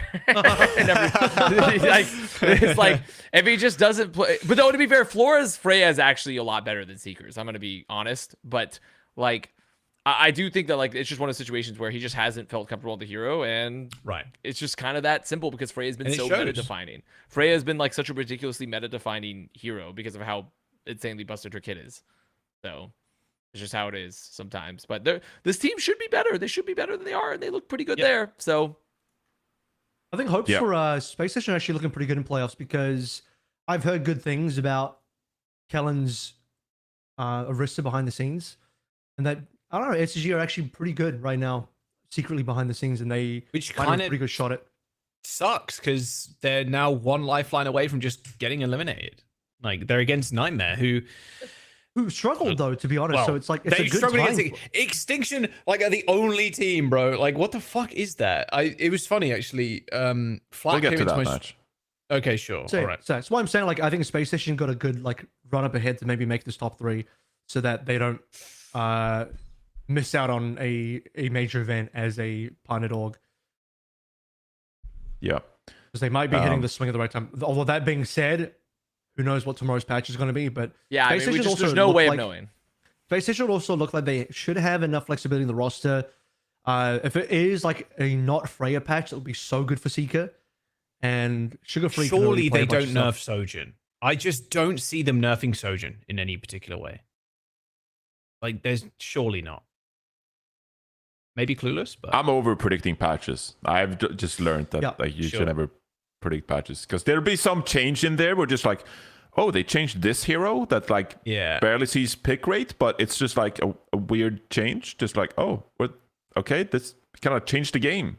Like innocently just changed the way the game is played. The only way you can properly predict a patch, I feel like at this point, is you have to know usage stats. I think if we got a dedicated usage stats of heroes in ranked, you could be like, oh, they're probably going to do this. But since we don't have access to the information, there's really no way to tell. A lot of it's probably on win rates as well, right? Like if this hero is like really bad, like they're gonna but that's what I'm saying. Like you need like you need like the stats breakdown of what's happening in ranked to determine what's essentially help determine what the patch vibe is going to be. So agreed.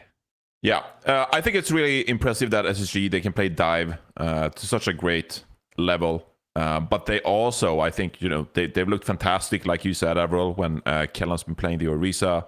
And they can play BAP Brig at like a really high level. So I think SSG, they're just peaking at the right time. Really impressive. There was a reason I predicted that they would be a top 3 team, because I just really think they're hitting this right at the right time. So they lost 3-1. But I thought they looked fantastic in that upper bracket match still, and I still have a lot of belief after that one. Moving on to Liquid, who qualified over Nightmare in their upper bracket match. They beat them 3-1. Nightmare did win Circuit Royale, but any bigger takeaways from this one? Were you surprised, I suppose, that Liquid beat Nightmare this way, That Joss? New Junk City was like horrendous from Nightmare. Holy fuck! I don't think I've seen a stomp in that fashion in a while. It was awful. I don't know what the fuck was happening. The match just kind of ended, and it was like, oh, okay, it's kind of over. That's it. It was very weird. Like me and Rose were talking about it as well, and it was funny. Our producer was like, "What the hell? It just ended. Like, what the fuck? Like, nothing happened really. It was Liquid just rolled over them. Nightmare just weren't able to get any kills, it felt like, and yeah, they just didn't look like they existed in the server. The heart wasn't in it. It felt like in that last map. Odd, very odd. Yeah, I'd say this was a very interesting series. And I guess Nightmare played a really close match against Extinction later as well. But the first 3 maps in this series, it was like a bar brawl. Like, it was just back and forth. Multiple players popping off on either side. Like, Chronic has some insane moments. Rocket clutched up. 0 and 3. Like, all the damage players in the server just had, like, individual moments where they just, like, dominated. Both teams playing mirror, like, a lot of the time. And both teams, like, playing the mirror, like, really well for the most part. So, like, Liquid, yeah, they won 3-1. But, like, as I was watching it unfold, I was just like, holy shit. Like, they're just swinging at each other. And it's like each fight felt like it could have gone like either way. So it's really entertaining series from that standpoint, because you never knew what was going to happen next, because players were just making individual plays all over the place. But this is part of also like why I had so much faith in Liquid. Like, I think they look amazing with Tree playing Cassidy, the Brig Bap lineup. I think it works so well for them. They look so comfortable playing this. It feels like they really found their groove. Like previously, we're like, are they going to play like Infected Ball? Like, are they going to play Brawl? Like, what's going on with Liquid? They've just found their playstyle, feels like. There's something to do with the Orisa ban as well, because they like basically played Orisa the entire way through in a mirror outside of Circuit, I believe. But then they go to New York City. It's a Orisa ban. It's a Ram mirror. Feels like a pretty impactful change. I don't know if that ends up being like the defining factor for Liquid, and Nightmare just can't play this Ram mirror as a composition. Might be. It's also pretty interesting that both these teams are playing Rams without like Lucio Kiriko or Lucio Bap. Like, both of them are playing like Brig Bap for the Ram mirror, which is like pretty atypical, because I'm pretty sure most teams are playing Lucio Bap or Lucio Kiriko when they're playing the Ram. But this is one of these matches I didn't see either. So like, I can't really like comment directly on like the entirety of the match here, because this is just outside my time zone. They did not recruit my ass to watch this one. Recruit your ass. I mean, that was it really. I mean, it was pretty back and forth. Like you said, it was a very like high kill death game, like super high. But the last map was just a flop. Super. Even I mentioned the damage players, but even the Orisa players, just like, Painkiller got a 4K Terra Surge or something. You just like pop up the kill feed, and both the Orisa would just make plays as well. So it just felt like a real high level series with both teams just trading punches. But then, like you said, this New York City, it's just bad. Wasn't even. I am glad that Liquid are looking good though, at least, because I feel like this is a roster that. Yeah, they were like, is this team like, after they missed out on events for the previous stage, I'm like, oh shit, like, is this team gonna like fucking flop? And now they're actually like looking like they're in a pretty safe spot to make it midseason. So they qualified already. Didn't they? Was this the game that qualified for them, or was it if you won the upper bracket match, you qualified. If you make a first game final, yeah.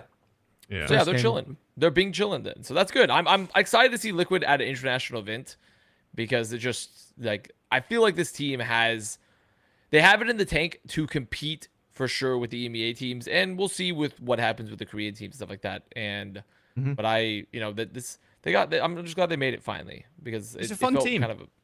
It's a fun team. Well, also if you were to essentially pick like the North America talent team, it should be this team out of all of them. Like, obviously DK is really good, and it has like that departure from Nightmare I would say UV squad, is missing, honestly, but Yeah, I'm just, they're like the mascots. Not saying that they're better than GK necessarily. It's more so like GK obviously has the better record and the more proven results recently. It's just- Also, I'd say Liquid might be a bit more North American than yeah, It's so Yeah. true. but also America is a land of immigrants and they're here legally. So I'm Fair just enough. like, these are, you know what? Get woked, buddy. Get woke. So I just feel like it's a very American thing, like even bringing in Counter-Strike, just like, oh, Liquid is American. Yeah, we root for Team Liquid, American players. So, storied brand. They're ripping the American players. They should, the peak potential of Liquid should be really good. I'd say we all think they underperformed up until recently, provided the talent on their roster, right? And so I think therefore it's a they're- relief that they've figured things out and are playing really well now. I think they're pretty safe as well going into a new meta if the patch changes anything crazy too. I'd have full confidence in this team going into a new meta for sure. Yeah, Oh, this engage, man. Holy fuck. felt different. All right. Let's head over to the lower bracket where it got a little stompy between Space Station and Sakura. I said going into this series, I think if you're my value bet Sakura, did not work out. Those You're are those just are like- last 100 points, unfortunately. Yeah, my 100 points are dead there. 100 points are dead. If you're Sakura, you're just praying for you're just praying for a dive matchup, and they kind of got a dive matchup, and SSG Yeah. were just like, we're just way fucking better than you guys. Sorry, like we're just going to dominate you, and Sakura just got dominated. I think there were a few moments that like really stood out to me, like on King's Row. Like Sakura just got their shit pushed in. They were just like, Yeah, they did, yeah. oh, we're on first point attack King's Row. We're gonna rotate their own statue. Now we're gonna contest high ground, and SHG are just in there with the ultimates, just like Yeah, they're like sliding already in, in. overclock, bam, Yeah. no, like Cinnabar dead. They're just all the time, just like Sakura did not have a great time. Cinnabar, they were getting rolled, like straight up. It's kind of sad. Like every single time they try and take that statue bit, Cinnabar's like wall riding and like trying to like push the team around and like help the DPS position. And then it's like, oh, they've used amp. Goodbye. You are dead now. Like it's instantly on top of them. It was fucking crazy. And there was a lot of times too on the defense.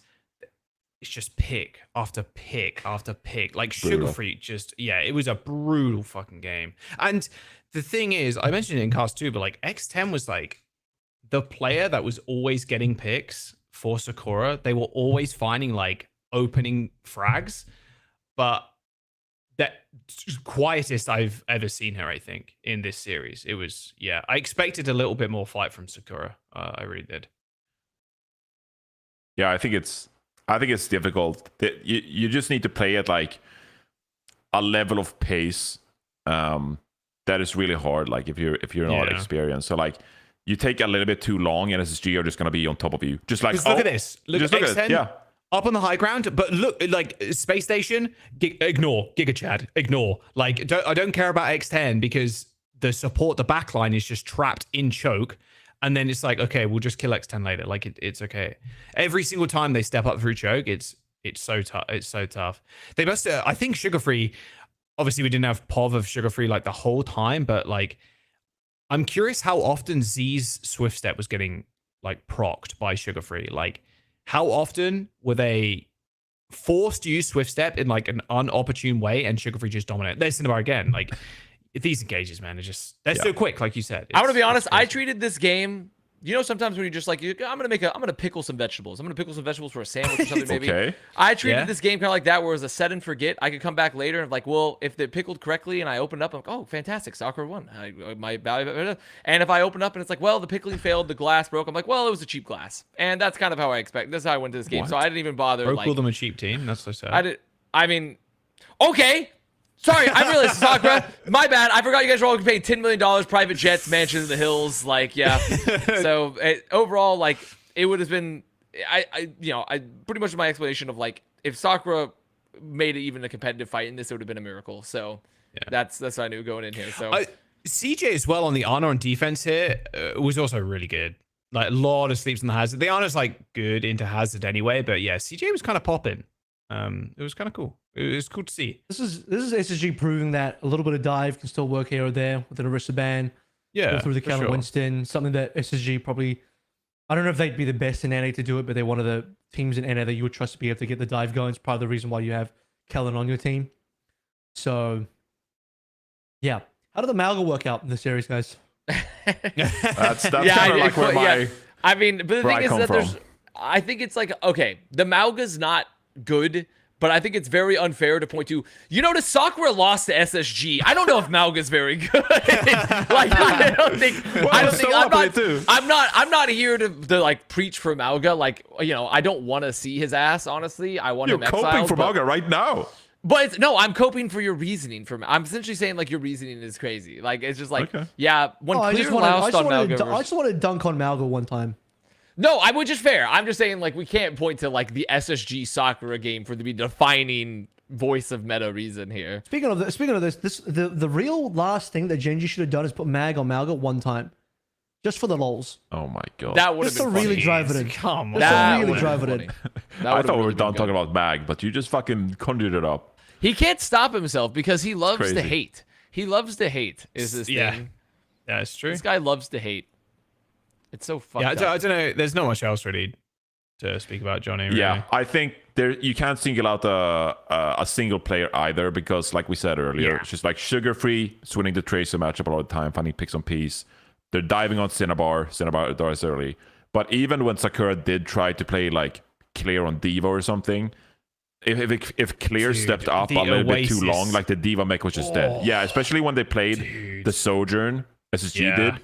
Like Clear was just dead immediately. So Space Station would just find the target that they could, punish, and they just open up the fight. It was brutal. One last thing I'll say. This bit with Kellen in the backline with Bliss, I was like, holy fuck, how long are they surviving? Like, Kellen gets pulsed, drops bubble, stays in it for a little while. Bliss heals him to like half or whatever. Kellen goes back in, forces Z to use Swift Step and Suzu, and then pops Primal. And it's like, oh god, like, yeah, it felt like an experienced diff, I think, just from either team. Or from Space Station were they look really good. They looked extremely good playing this stuff. Yeah, so a bit of a one-sided matchup, and that brings us to holy shit! I just spilled spin drift everywhere. God fucking damn it! All right, I gotta clean this up. Hashtag spin drift, everybody. I'm just gonna set this up then. Nightmare versus Extinction, 5-map banger. Nightmare almost didn't make it. Have fun, Bro. he's just ruined his whole setup. Did he actually, what if he just like destroyed his setup with this spin drift? All I know about this match, because I saw a couple maps, I didn't see the whole series obviously, because I went and I was like, oh, Extinction player Nightmare, like there's nothing to see here. Like I was like, there's nothing to fucking see here. And then I was like, wait a minute, like Hattori's kind of fucking. It's like Hattori's kind of fucking here. So I mean, realistically, to me, I look at this, I'm like, Extinction played kind of oversized, but it feels like Nightmare had a very, very like tough game for them, and they were like hard relying on Chronic to get them over the finish line, like a lot, like over and over and over again. It was sloppy, bro. Like, yeah, this game was insane. Like I was watching Nightmare and I didn't see any good, like anything, like a lot of their plays were just so fucking sloppy, and it just relied on Chronic, who, by the way, has been consistently, in my opinion, one of the better, like a very, very good hit scan player for the whole stage for sure, and even before that. That's fair play. What was it? Timeless, when he was playing with Timeless as well. I believe, right? He was really, really good too. So like, they kind of hard relied on Chronic to get them out of a tough spot in this match, like a lot, which to me is not.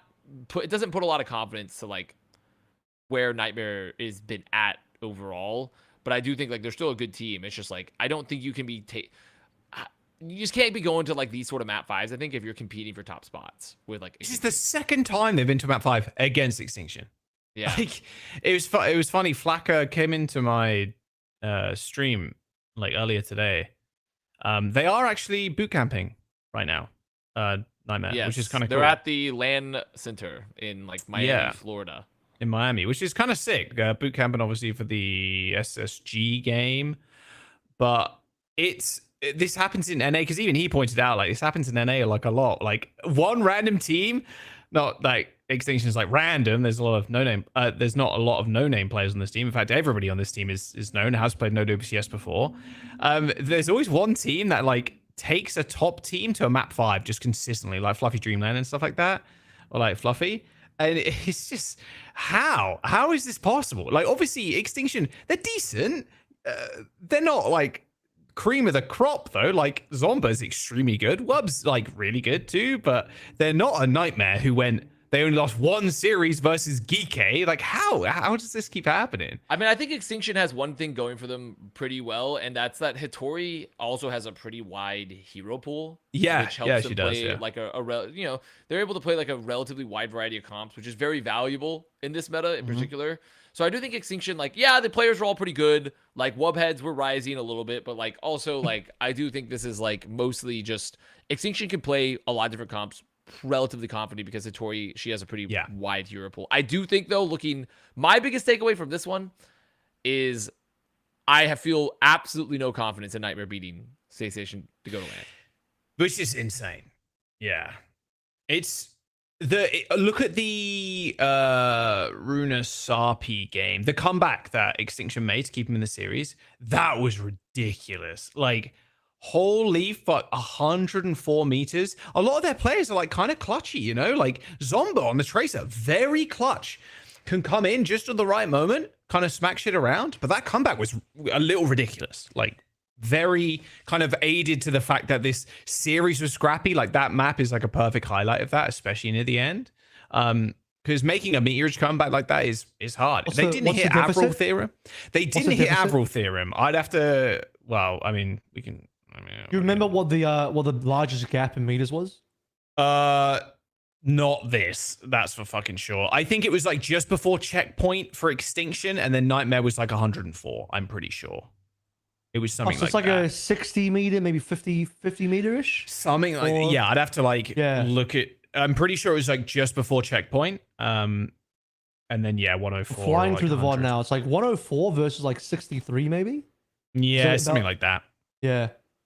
Yeah, because 60 is it 66 on this map is checkpoint or something? No, this map is like 55 for checkpoint if I'm 55? Oh, okay. Something like that, yeah. But yeah, still like, especially if you're over 100 meters on Runa Sarpi, like that is hard because pushing up that final hill and around that corner is a fucking tough point. Like the control of the high ground, and then you can swing out of high ground, and then you're getting shot at from like above too. It's a hard fucking point to push, and the Extinction somehow just come out. And this was the map that we saw a little bit of Malga on with the Tory. To defend Malga a little bit, this is the Malga map. If you're going to bring up Malga for a map, Urasapi's one of them, Servas with all is the one corners, of them. New Junk maybe is even one of them. I think New Junk you just want it to be a flat map. You want it to be a flat map with big corners. Into the back. Yeah. Flat map with big corners so you can sit on the other side and zoom around it and fucking land on the back line and hope that they don't amp away or TP away. This bit was ridiculous too because Nightmare had stolen the bot. And it was like, holy shit, it's fucking over. Nightmare are just going to win this. And Extinction had all split. Like, you can see them coming through, like, the center of the map here. Zomba is fucking beelining it, though. Somehow survives for that long. Hitori runs to point. And then people from Nightmare, like, you can see Rocket there, like, where the fuck am I going? Where is the team? Where is the fight? And, like, then it's flipped. Like, Nightmare are then scattered everywhere because they're chasing Zomba. And then Extinction just win. This little comeback here was ridiculous. Like the bot still looks Which, to be so fair, good. that's like a very emblematic moment of like why I don't have a lot of confidence in Nightmare, because essentially, especially in metas where I think would like Ram, Orisa, stuff like that, these fights get hectic really fast, right? Unlike like Dive, where you're like, it's like, oh, an engage happens, we dive, where this is like when there's like very brawl heavy metas, but there's a lot of like dually DPS still on the field, like with Tracer and Sojourn and stuff like that. I think, especially if you want to compete against like really top level teams, like typically the fights are not split. Like if you look at like Korea, like when things get chaotic, they typically coalesce together very quickly afterwards, and the aggression is like all together. That's the difference between like what Nightmare and Extinction. Even like to a degree, I think SSG is a little bit way messier than some of the best teams right now. But I think that's what's going to hold back Nightmare from potentially going very far and like beating SSG, is that I think it's just a coordination issue in some of these larger moments that sometimes gets them. Could we go back, Solomon? Could we go back? Sorry, I know you just switched to Siri. Dude, the dog, she's just chilling. Can we go back in that last fight when it hits OT? Look at the sound barrier percent from Lep. I mentioned it on broadcast. It is the longest 99%, a little bit forward from here.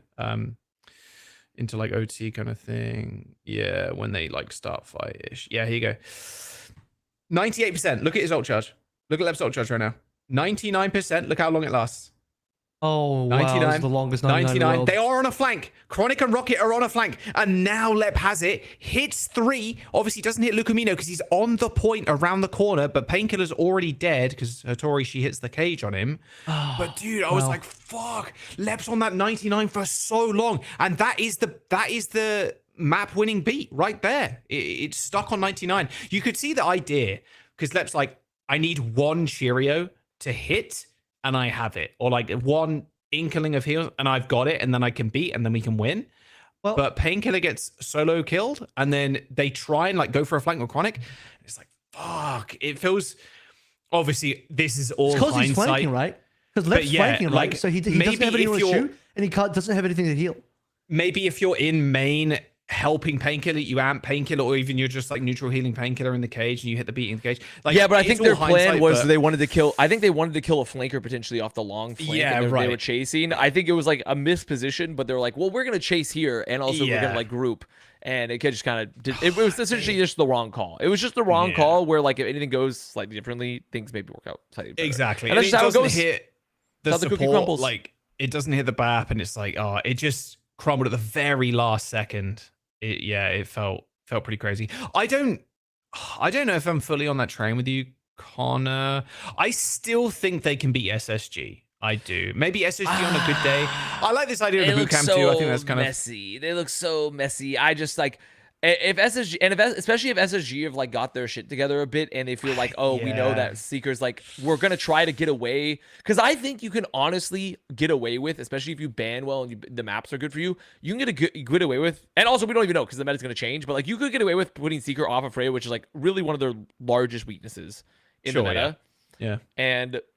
But also, who knows? Maybe the meta happens and it's like, this is the secret meta, and like then it's Jover. Like that's also part of the problem here. Is like we don't know what the meta is gonna be to a degree. But also, I think safe bets, because it's happening shortly after the patch, you can be pretty safely assuming that a lot of teams will still fall back on a lot of similar old meta comps. Yes, it's not until like a couple weeks out that you're gonna see something very different. It's only this week, so like the meta is just gonna be probably the same, unless there's like some insane buff or nerf that like, oh, Soj gets an extra 2 seconds added to slide, or like something stupid like that, then it's probably going to be the same. The game is going to be a banger though. Like that should be a map 5 or like, you know, a really close 3-1 type beat. Like that is the ticket that you need to win that map, and then you go to mid-season. So yeah, should be a slapper. Hello, Johnny. You want to say something? Or? Yeah, Johnny. Are you any thoughts? Or are you just gonna kind of sit there with the dog like a wax Here's figure? the problem for Nightmare. Okay. I think I favor SSG in most Baptiste look, double flex support looks, and dive. Okay. Like if Nightmare's gonna win, it's gonna have to be some like Brawl, Juno, Brig kind of like lineup. And I just don't think you can pick that throughout the series. So I think SSG just looked better in more stuff, and Nightmare won't be able to force the series to play out in the way they like. Because I think SSG are just too versatile at this point, and they're just too good at many different things. And I think their individuals, I don't think their individuals are going to fall flat either. Like Sugar Free is not going to have a bad game. You know, CJ's gonna pop off. Kellen, stable. Right. I don't see a scenario. Like it would have to be like Rocket plays Sugar Free evenly, like they trade back and forth, and Chronic outplays Seeker, which not out of the question. But they're definitely SSG are gonna ban Freya at some point in that series. I think they're gonna probably ban Juno at some point that series. And maybe Nightmare bans like Orisa, force the Ram duel, like you guys said. I just think SSG are a bit more versatile at this point, and I think they're good enough to the point where Nightmare won't be able to have an advantage across 3 maps they can win. I don't think Nightmare can find 3 map wins in that series. I think that's the problem. So I still got SSG. Feeling good about it. Extinction, they should stick together. Great team, improved throughout. said going into this series, I think both me and Jake were like, watch out for Extinction. They're a great team. They're going to play this series close, and they did. And I think they've improved throughout. Great team play, great fundamentals. Stomba's a fantastic player. So I hope Extinction stick together for stage 3. I think they're a really good team. So there you go. Bracket, who do you think wins? Do you think GK wins? More than likely. Yes, my bet's Yeah, on more than GK. I've been likely. pretty big GK head for after the essentially past the initial part of the stage. Like when their roster happened, they've been looking pretty good. So I mean, the meta is kind of up in the air, but I'm just gonna go with GK because like anyone else pretending to know any different essentially has insane insider knowledge, and they should be put against the wall, or like we don't like. There's no like you're just crystal balling it. There's no way to tell. So like, I'm gonna crystal ball Liquid. You're gonna crystal ball Liquid. That's fair. That's I fair. think it's a reasonable take. And when one of us are wrong here, we'll get flamed. And someone will be like, why didn't you know that they were going to be the best team ever pre-meta shift? And I'll be like, that's fair. You can come kill So me. this is what we do. If all of us go for something different, then One of us will be right. One of us will be right. Wait, that's exactly. that's true. Yeah. That's a good point. So what do you guys... So I have GK. Avril's got Liquid. Who's taking SSG? I guess I got this G done and Joe's got Nightmare. Okay, Josh, you got Nightmare? There you go. Perfect. We're covered. We're covered. We can't lose. all right. We're covered. We're covered. We can be. There we We'll be go. right on the podcast at some point. Oh shit. Yeah, I don't think predicting Liquid to win it is out of the realm of possibility. I don't think it's a wild take. If someone says like I think Liquid will win, I think they're right to call it that way. I think they're good enough. All right, that's the EMEA and NA for you. And now, I almost want like a little melody or like a tune for this. Like, and now, traveling to Korea. Avast like a casted map the intro. Friday Here he with is, bro. AVRL. Play the Busan music. Play the Busan music. Live from Korea. What happened? Avast Well- got onto the end credits of Korea. You just see the I credits did. roll down. I It's did like, get on the end oh, credits. wait, I six did. Yeah. credits. Yeah. When they dropped the end sequence of OWCS, like of Overwatch, they dropped the end credits for Overwatch because Overwatch was over after that point. Like that was the end. Overwatch was done, and I was on the end credits with Avril and Harry and stuff. It was very funny. Oh, that's And true. I'm gonna be honest, I almost got the worst day to cast, but luckily I got the Crazy Raccoon Falcons match, and I was like, okay, it's saved a bit because the onside Zeta game was like a waste of time for the most part. It was Right. mostly a waste of time. We knew like, that happened, it was just gonna be a 4-0. They're gonna beat up on them. It was like an insanely fast fucking game, all things considered. But the Crazy Raccoon Falcons game was fun. I mean, that was a fun game. I think it was just one of those situations where like it's where the sandbagging narrative essentially really hit its head. I think is when Crazy Raccoon beat Falcons. And to a degree, I guess maybe it hit its head when they beat AGG and headed to the finals, perhaps. But like they just looked insanely.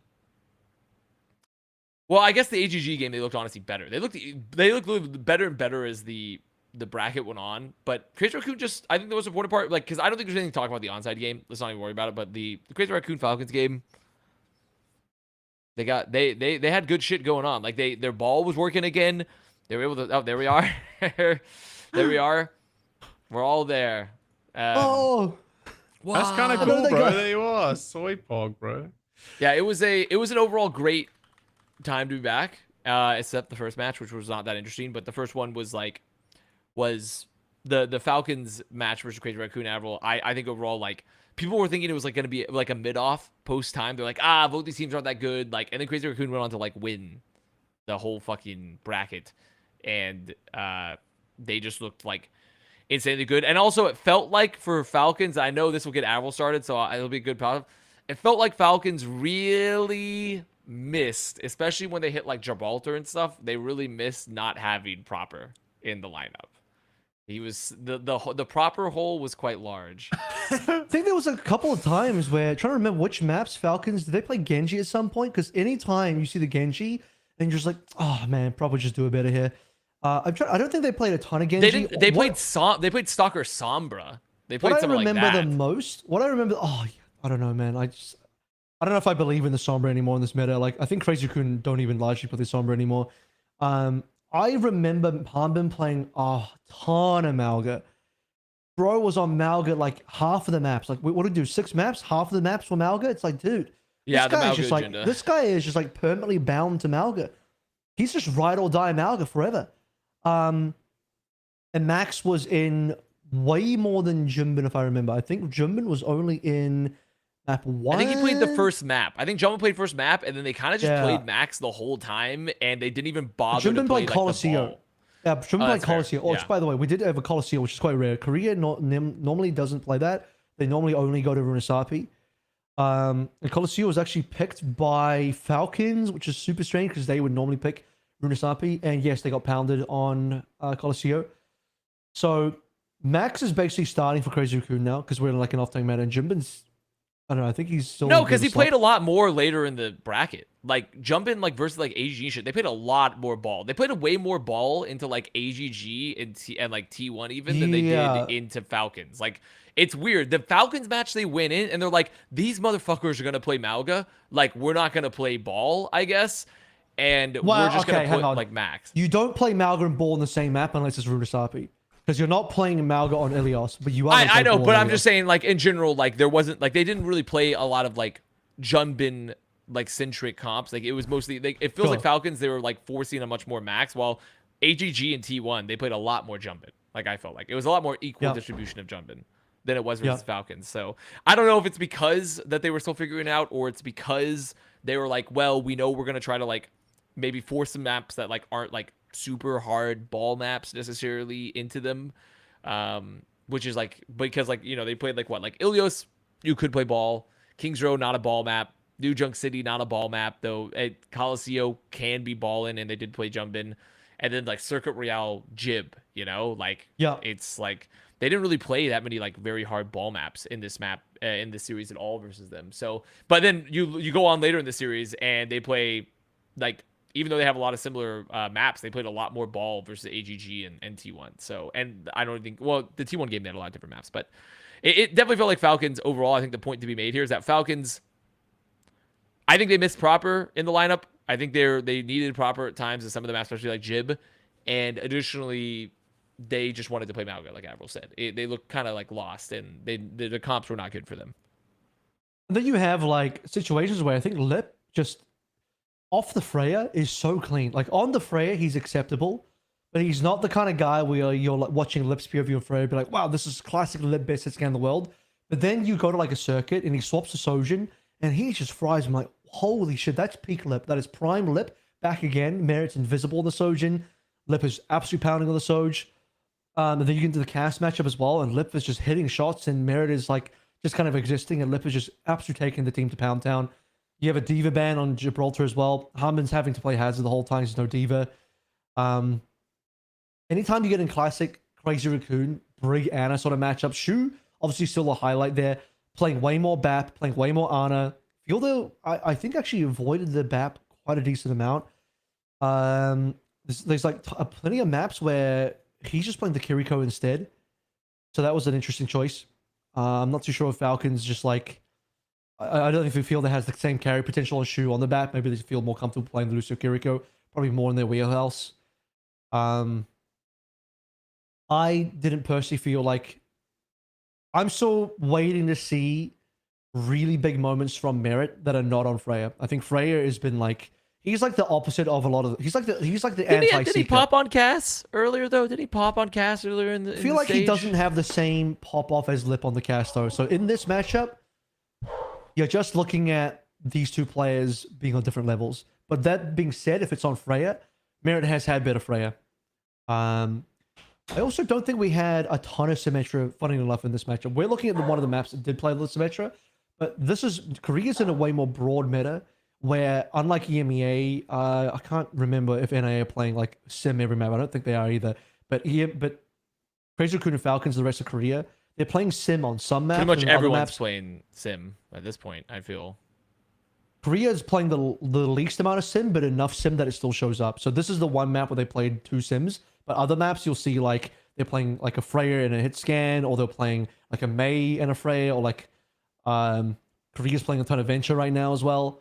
So Korea is playing a lot of Orisa though, which is why Harmon and Jimbin Or the Hanbin and Max. Am are I going playing more crazy? often. Didn't AGG T1 like after this like weren't we seeing like almost perma sim like but there was like sim venture and shit like that? Like we were seeing like sim venture and like sim like we saw some more of the sim tour, but like I got Well, to you sworn don't that get it was sim- almost perma sim. If you get Venture, there's no sim because Sonjin plays the Venture and the sim. So I thought they were Aid is trying to play it perma-Freya. into the dot. I thought they were trying. Maybe I'm misremembering the. I thought they were playing. I thought they were. Maybe I'm mixing up who was playing what. I thought it was like Crazy Raccoon playing like some sim venture shit, but I might be totally misremembering at this point. It was. Late I don't think a for team me. has played both at the same time. I think they're choosing between the sim or the Venture. Between the I two, don't- yeah. Yeah. Whereas, yeah, so like Kings Row, by the way, like they just didn't play any sim. Sim wasn't even banned or anything. They just didn't play any sim. Yeah, So, yeah. Looking back, so there's a ton of Malga, which I think every time Harmon brought out, it was a loss. Literally every time that I'm trying to remember which map specifically. Definitely New Junk. I think Colosseo as well, maybe.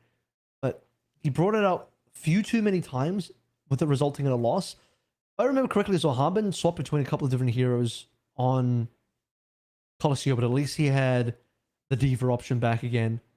How much BAP was Fielder? Yeah, because like how much BAP was not was being played by Fielder a lot. He was. That's playing a lot right. He Kiriko. wasn't he? And I think that's like to me, especially if you're playing the Malga, I honestly like I know Kiriko like works for it, it's good, but I truly believe like it's kind of like everyone's kind of figured out. Like I think BAP is just so if you have a really good BAP player and you're really, really good at BAP, I think BAP just gives you more value than the Kiriko for like those sort of comps in general. Because like Lamp is amazing because you can LOS with the Lamp and like get more value out of it. Window is just like a fucking amazing. Like you have the ability to do more heals in general. You can even do more damage in general, especially with the Window. Like I do think like this is like one of the situations where the BAP also like some of the reliance on the Kiriko, it felt very like old fuel coded, you know, because like they played so much Kiriko back in the day and like they played so much like Lucio Kiriko and like Kiriko comps that I feel like Falcons were like, oh, this is like a comp that works for us. We know it works. We're comfortable on it. But it really like BAP feels like it's taking over the meta. He Comparatively. did, to his defense, he probably still did play like time-wise more BAP than Kiriko. But like he was I'm definitely simply saying more like for the keen- Malga comps. Like for the Sure. Malga comps specifically, I think like those having that is like very important if you're gonna try to play like and even for the Orisa and like Ram comps in general, like I think you just have to have a BAP. I think it's better than Kiriko almost every time. I'm also pretty sure Max was just dominating the Ram matchup as well. Because you have like Hanbin mostly not playing Ram and mostly favoring the Orisa. And actually most teams in Korea weren't that willing to play the Ram. I feel like Max was the one guy in Korea that really wanted to play Ram and everyone else dodged it, including Hanbin. Hanbin had like a tiny amount of Ram mirror in there, but for the most part, he's like, I'd rather play Malga, I'd rather play Diva.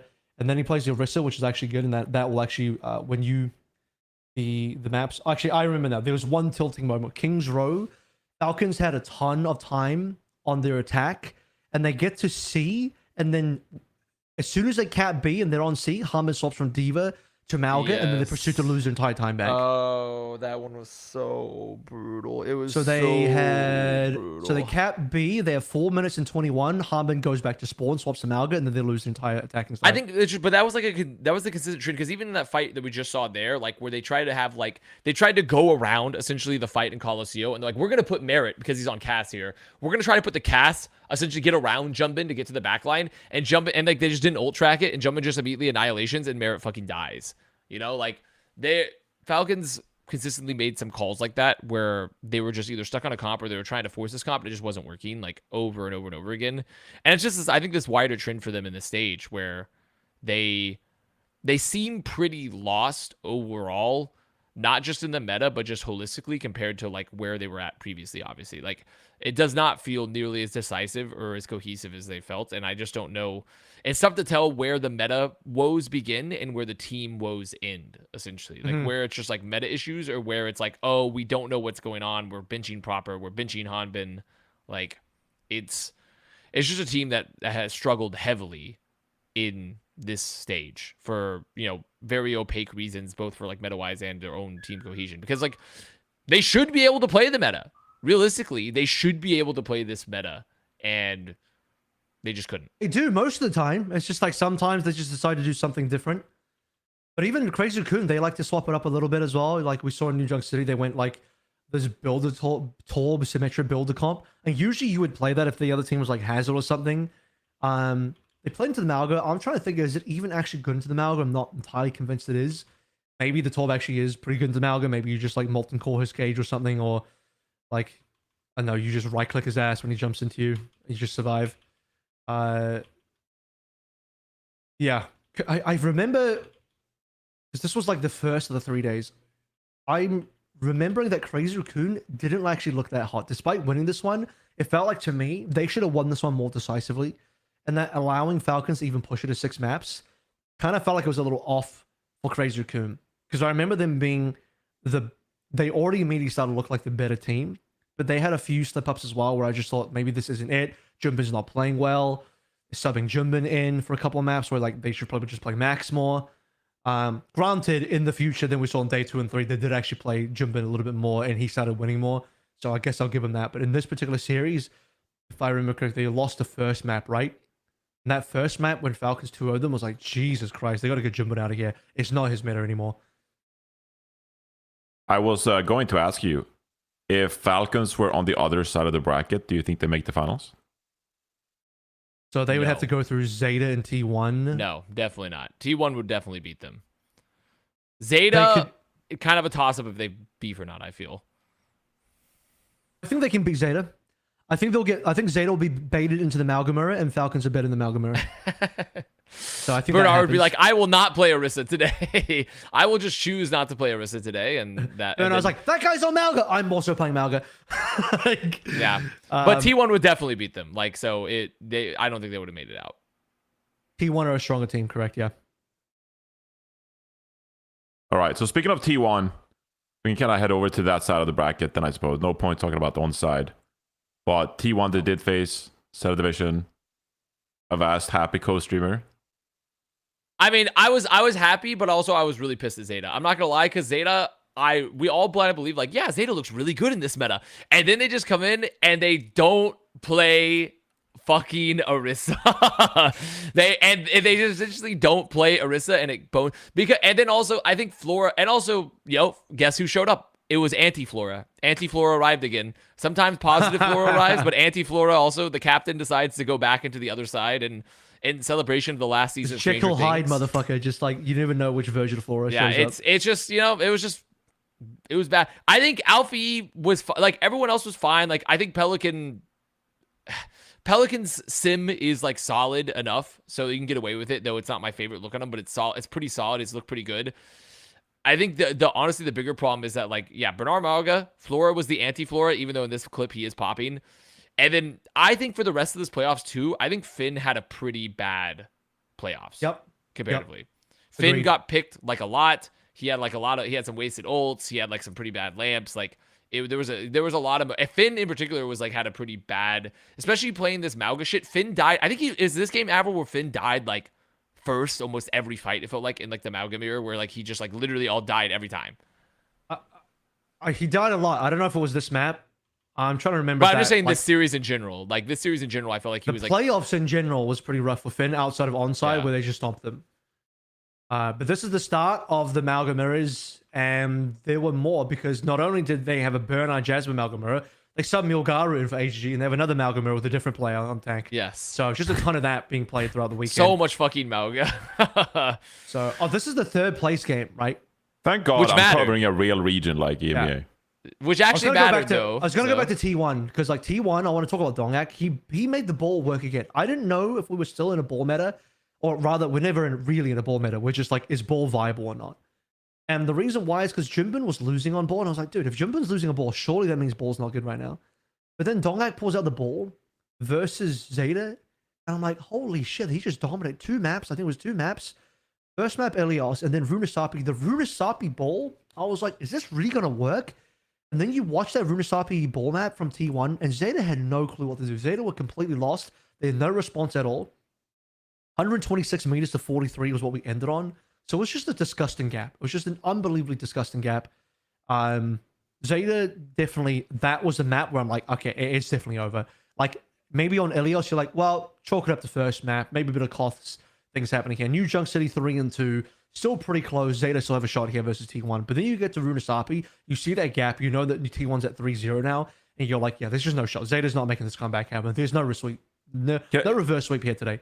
Obviously, like I said earlier, I didn't watch some of these matches, but also if you're gonna break down a Diva Brig BAP composition, playing Ball, Venture, Freya, Lisa Kiri, like that's an incredibly difficult composition to play, like very unforgiving to break down a Diva Brig BAP composition like that, which makes it even more impressive in my mind.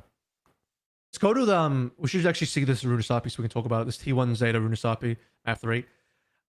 Zest brought out the Venture. So I'm a big believer in the Venture meta for this current patch before we move it to season 17 tomorrow. That's why I brought it up on the EU broadcast as well in the EMEA. I was like, I think Venture might actually be pretty good in Sim. I'm seeing a lot of Venture in Korea, but you do need like very good personal mechanics and pop off in that matchup.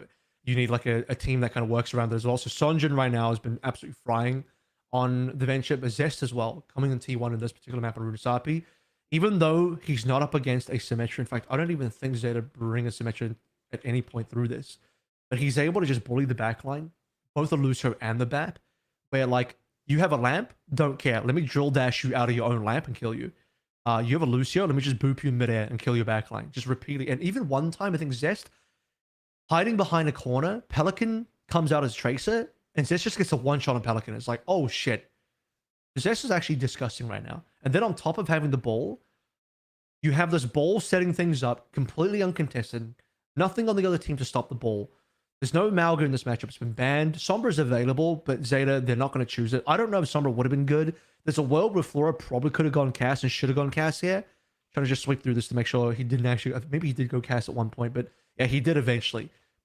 And Pelican even eventually went Sombra, so they could tell they were losing. But even then, after the swaps, still not quite good enough to get it done. Definitely the early matchup before the Tracer and Freya swapped was very, very disgusting on one side of a T1. But the fact that T1 are like, you can have the cast and the Sombra, we'll still keep playing Venture Ball and then still keep winning with it. That's just unbelievable. This is one of the best ball performances you've ever seen. The ball was fucking sick, McNasty. And the Venture is definitely really good, like Avril said. I think Venture has a real place in the meta, and especially depending on the map, and is also really good into Sim still too. So there is opportunity to where, depending on what happens to the meta, where we could see more Venture, where like teams boot camp a bit, like they watch some Korea stuff, and like, what if we try Venture and try to bring it out? Because the Venture is like, it's also so good too because of how their ult works. Like, especially if Sim's on the map, you're able to just like essentially just like dance around the wall and do a lot of fucking damage, which is a lot harder for some of the more traditional like hit scan picks in particular. So I do think this is like a very good look. And T1 in general, T1 might be, I guess with now that Crazy Raccoon have integrated Max a lot, before that would have been like, T1 might be the most flexible team. They still might be the most flexible team in Korea, especially because they don't have to do a tank swap. It's just Donghack that plays everything, which is like kind of crazy because Donghack literally just plays everything. And it's like fucking insane how good he is across the board on like pretty much every role. So Donghack is like, he essentially, Donghack has the juice that someone had in 2023 with like being like the hyperflex tank right now, which is kind of nasty for them. Go to about 3 minutes remaining on the clock in this VOD and watch this play. I was so impressed with this. It's very basic and very simple. At 3 minutes remaining on the clock, and you'll see this like alley-oop teamwork between Donghack and Zest, and it's just like, holy fuck, these guys are nasty. So here we go. Mines about to be deployed. Mines get deployed. Zest comes out, and goodbye. He pushes, and also it's crazy too because that not only did he just like instant delete Finn, but it made sure that if Finn did have lamp, there's no way he can throw it to save anyone because he's so far away. Because he makes sure to immediately isolate Finn to try to like prevent any lamp getting used. Now obviously he just gets, he just falls into the mine. But it's a really good dive play. Yeah. It's a really good dive the way play. they work off each other, I'm like, that's so, it looks very basic, but you just don't see shit like this where, Zeta had positioned away from the mines and then Zest just fucking pushes you into them anyway. It's like, oh my God, in midair, by the way, so clean. Donghack in the past as well, especially last year, I felt like he wasn't that flexible. Actually, when I looked at him a Fnatic, I was like, this guy, his hero pool is kind of costing Fnatic a little bit here because they just can't play certain matchups that would like otherwise they would need because they don't have another tank, and he's not able to play a lot of these off tanks. And then this year, he now looks extremely flexible. He actually looks like the most flexible tank in Korea, given that we've rarely seen someone, and someone gets subbed out for Harbin all the time anyway. So it's not like you even see someone get to play the off tanks because they just put Harbin in. So because Dongak is a solo tank on T1 and he's just like made it work and learned everything, he actually might be the most overall well-rounded tank, and a tank that you would consider to be like a first-round draft pick kind of player, where you could take a Jimbin, could take a Max, or you could take a Dongak that plays everything and plays at the top level.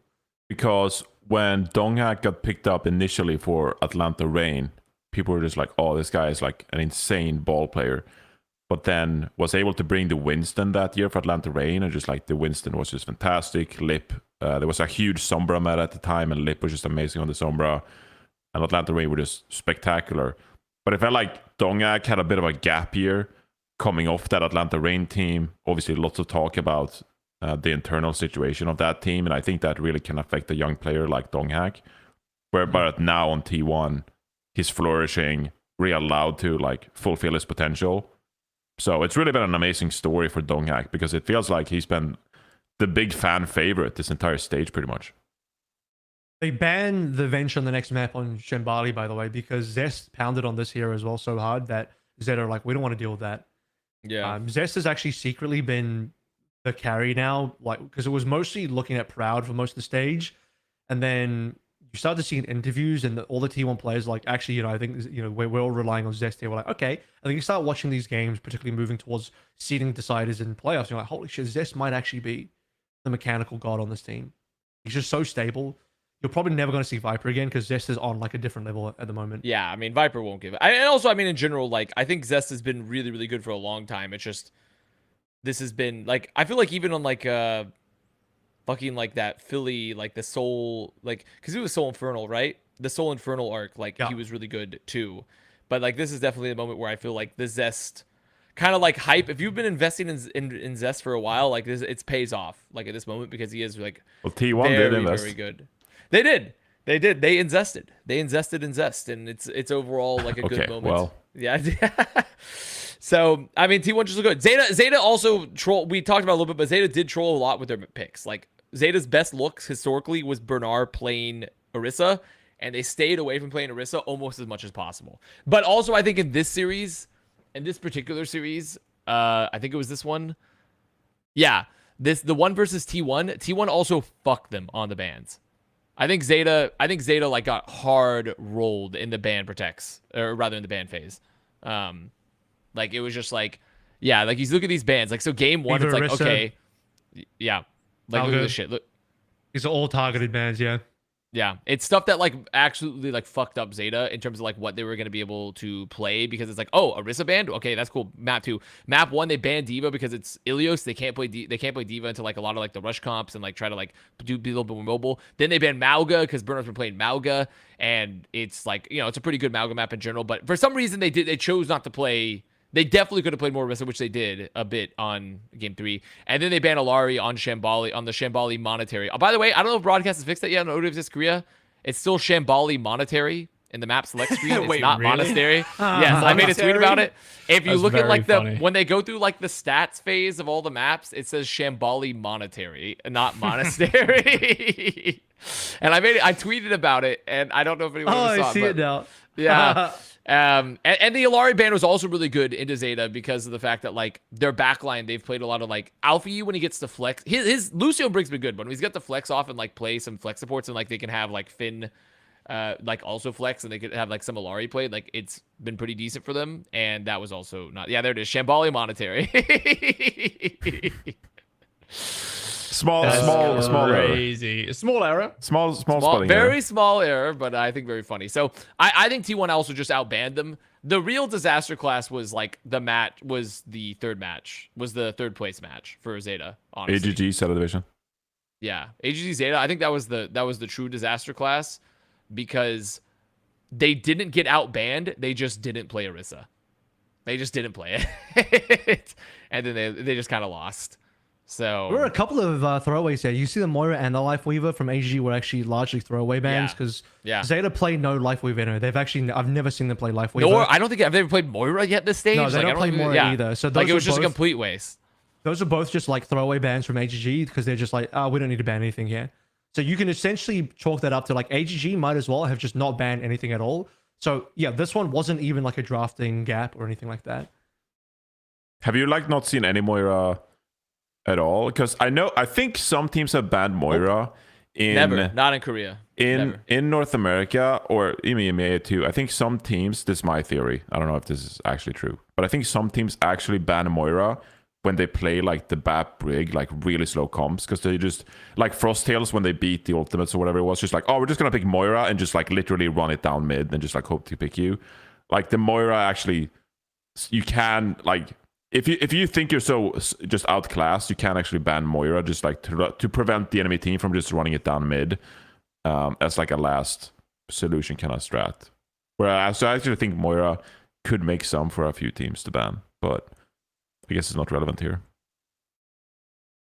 Let's watch this clip real quick. I'm gonna share a clip. This is an important clip from the Zeta Division HG game that needs to be Wonder which just for clip this is posterity. gonna be. Just for posterity. This is an important clip that needs to be shown on the Is stream. this the one I'm thinking of? Where we're fans of the crowd? Oh no. Oh. So it is this one, right? This is when they also this is that is. It was Sunjin that TP'd off the map. Yeah, I knew Korea also had that happen too. I knew that happened in Korea. I couldn't remember who did it. But look at this. Look at this shit. They're on fucking Nepal. Like they could they do not have to be playing like, I don't think the Diva's like the end of the world bad here by any means. I think this might have been the map this is the one they lost. should have played Malga. See, Jasmine's on Malga. You should have moved. No, they should have played Orisa. They could have played Orisa and been perfectly fine.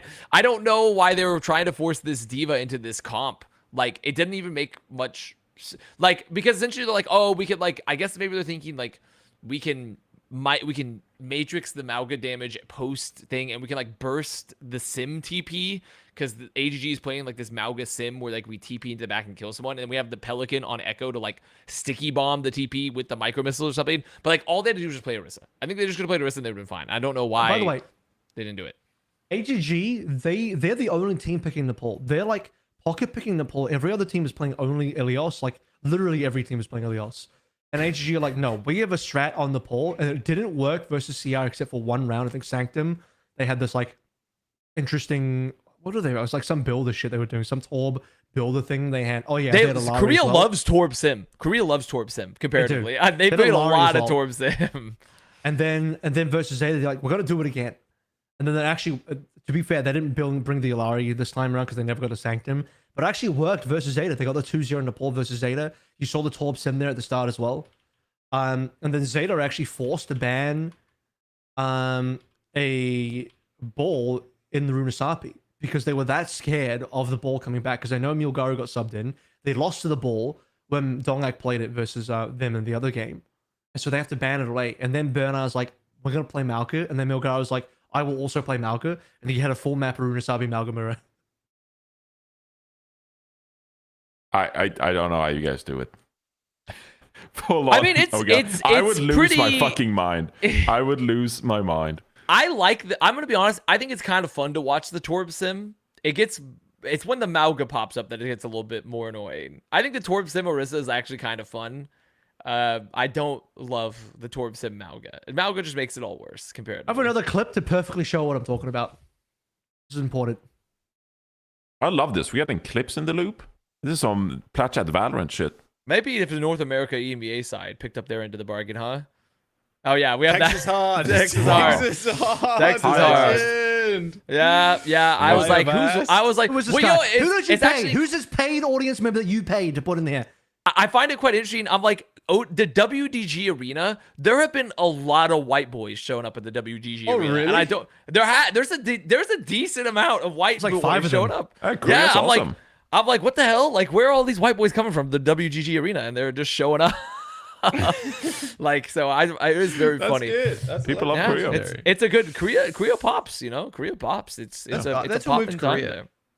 Yeah, let's all move to Korea. Fucking Korea.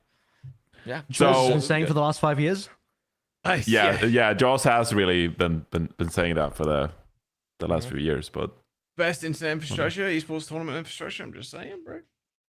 So it felt like you guys kind of described Zeta Division as throwing a little bit there, but we haven't really talked anything about AGG. Do you think they, considering that they actually did qualify then for the mid-season championship. Do you feel like they are like how would they fare against like the top NA, top EMEA teams? Do you think? Do you think they would be a worthy top 3 Korea team? If we played old meta, I would feel confident in AGG to beat almost everyone. Still. No, I think Up from AGG are probably still going to be better than the non-Korean teams. I don't know what the back new of meta's gonna look like. That's the thing. We don't, but Aid is unbelievably good on the hit scan, and Sonjin, I think, has been a worthy and better replacement. This guy's an upgrade of Who Are You. I'll say it. Who Are You? Maybe the Gen G effect just like nerfed the shit out of him. But Sonjin does everything Who Are You does, but with a bigger hero pool. The only thing that Sonjin doesn't do as well is play Genji specifically. But if we're not in a hard Genji meta, I'd rather have Sonjin. I'd rather have his hero pool, his capability to play everything across the board. Yes, both Sonjin and Who Are You TP off the map. It's something about the AGG way, you know, export of Symmetra players. They all love TPing off the map. But, you know, if we get out of a Symmetra meta, that's fine.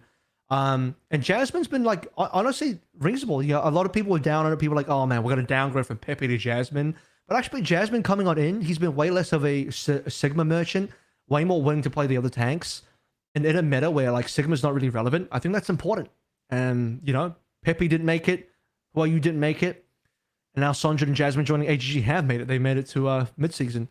So, very flexible team. Lee Soo-min, able to play both the main support and the flex support. He's a guy that started on flex support, moved to Lucio, actually competitive on the Lucio, can actually play, like, you know, very solid Lucio, but then go back to the flex, double flex as well, playing the Illari BAP.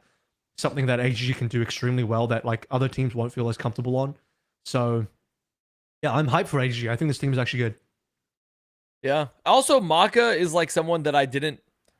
He kind of was like he was kind of. I remember we signed him for Mayhem for like a little bit, in 2023, and he was always one of those guys where like everyone spoke a lot about him, and I was always like, I don't know, I feel, but like he's looked like I was kind of one of the those the two question marks for AGG for me like is like. It was their backline, specifically like how good Maka is. Who's looked really good on BAP in particular. His BAPs looked like really good recently, which is so important for them. Not even his signature, and it's his I signature. know, too. yeah, I know. That's the crazy part. But his best hero is Ana, which is like not that meta. And then Milgaro, Jasmine, like that swap up, which Avril just talked about. Like, funny enough, that Jasmine was like playing mostly Winston, and now has like played a lot of the Orisa for them now, and his Orisas look pretty good.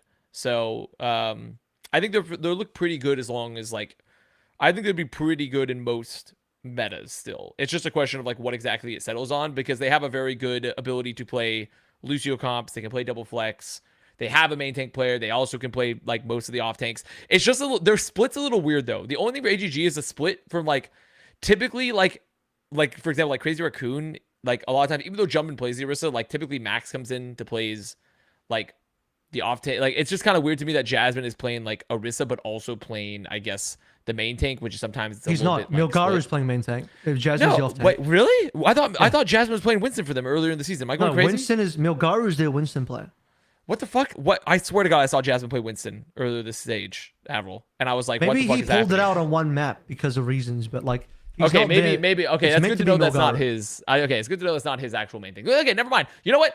In that case, I saw Jasmine play Winston once. He psyoped me, and so you know what? At that point, AGG is they're chill. They're pretty chill. They're probably better than most EMEA North American teams. I would feel pretty confident in beating them, but I don't think they're like a necessary like auto win. It wouldn't be like the difference of like watching T1 or Crazy Raccoon currently play. The fact that they're better than Zeta is scary as fuck for the other teams out there when you think about it. So yeah, like that's. I think that has was to the be- last fuck you from Yaki to me. Is mind controlling Zeta to like play some weird fucking bullshit that they were good at off stage, and then Yaki's like, dude, what if we just don't play shit. Orisa? Wouldn't that be so funny? Oh shit! Like that's my top 5 coach. You got Yaki'd. Yeah, he Can't Yaki'd believe my I'm ass. saying I miss Changoon. Can't believe I'm saying it. Oh my god. The Changoon. Legendary coach. So this episode, it's actually me who soon has to pull I have a dinner moment. So don't mean to like speed through things here, but we should say something, I guess, about the grand final first. T1 Crazy Raccoon before we What wrap if we things just skip up the here, grand but final, guys? No, let's Yeah, I'm what if we on just say a bit of a timer here, about- but Well, I mean, one word, hyperbanger. Hyperbanger. It was I a guess it's pretty 2 close words. game. Yeah, no, it was a very, very competitive game. I felt like we had 7 in us. I felt like this one deserved 7. How quickly do you want to roll through this one? We had a very close to Avast. No, you I think can roll through it. every every map was very competitive and very close. We had the ball off, which Jumbin did end up winning. Jumbin eventually won the great ball off of 2025. Dongak versus Jumbin on ball is it's just an awesome fucking matchup, man. I can't lie. Like it's actually incredibly good. I think Elios was mostly not that interesting to me. Shambali was such a weird choice because I feel like T1 picking Shambali. They also picked it versus no, they didn't. Zeta picked Shambali versus T1. Yeah. Typically, I feel like T1 would rather most teams in Korea go to Circuit. So I was just kind of like unsure, like, okay, we'll go to Shambali for some reason, but they do win this one. And they also have Vigilante clutch of the century too. Like they would have lost that final fight if Vigilante doesn't like hit perfect pocket. I think it was on Zest, I believe, on the off angle. It might have been Zest or Proud, but like on that last fight, there was like OT essentially. They would have lost, and Vigilante kind of popped the fuck off and saved their asses. Yeah, everyone played super well. The fact that they can just prove they can win an Orisa meta, like an Orisa mirror, is important for the matchup. Just to say that, like, okay, we can play this kind of stuff. It doesn't really matter what we take us to. Survasa coming on in. Trying to remember if there was a ball in here again. CR did win this one, but all 5 rounds.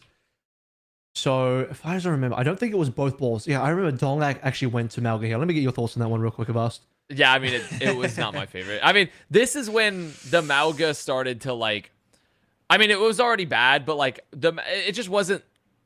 It's not. I was kind of flabbergasted because it didn't make sense because Crazy Raccoon wasn't like they weren't.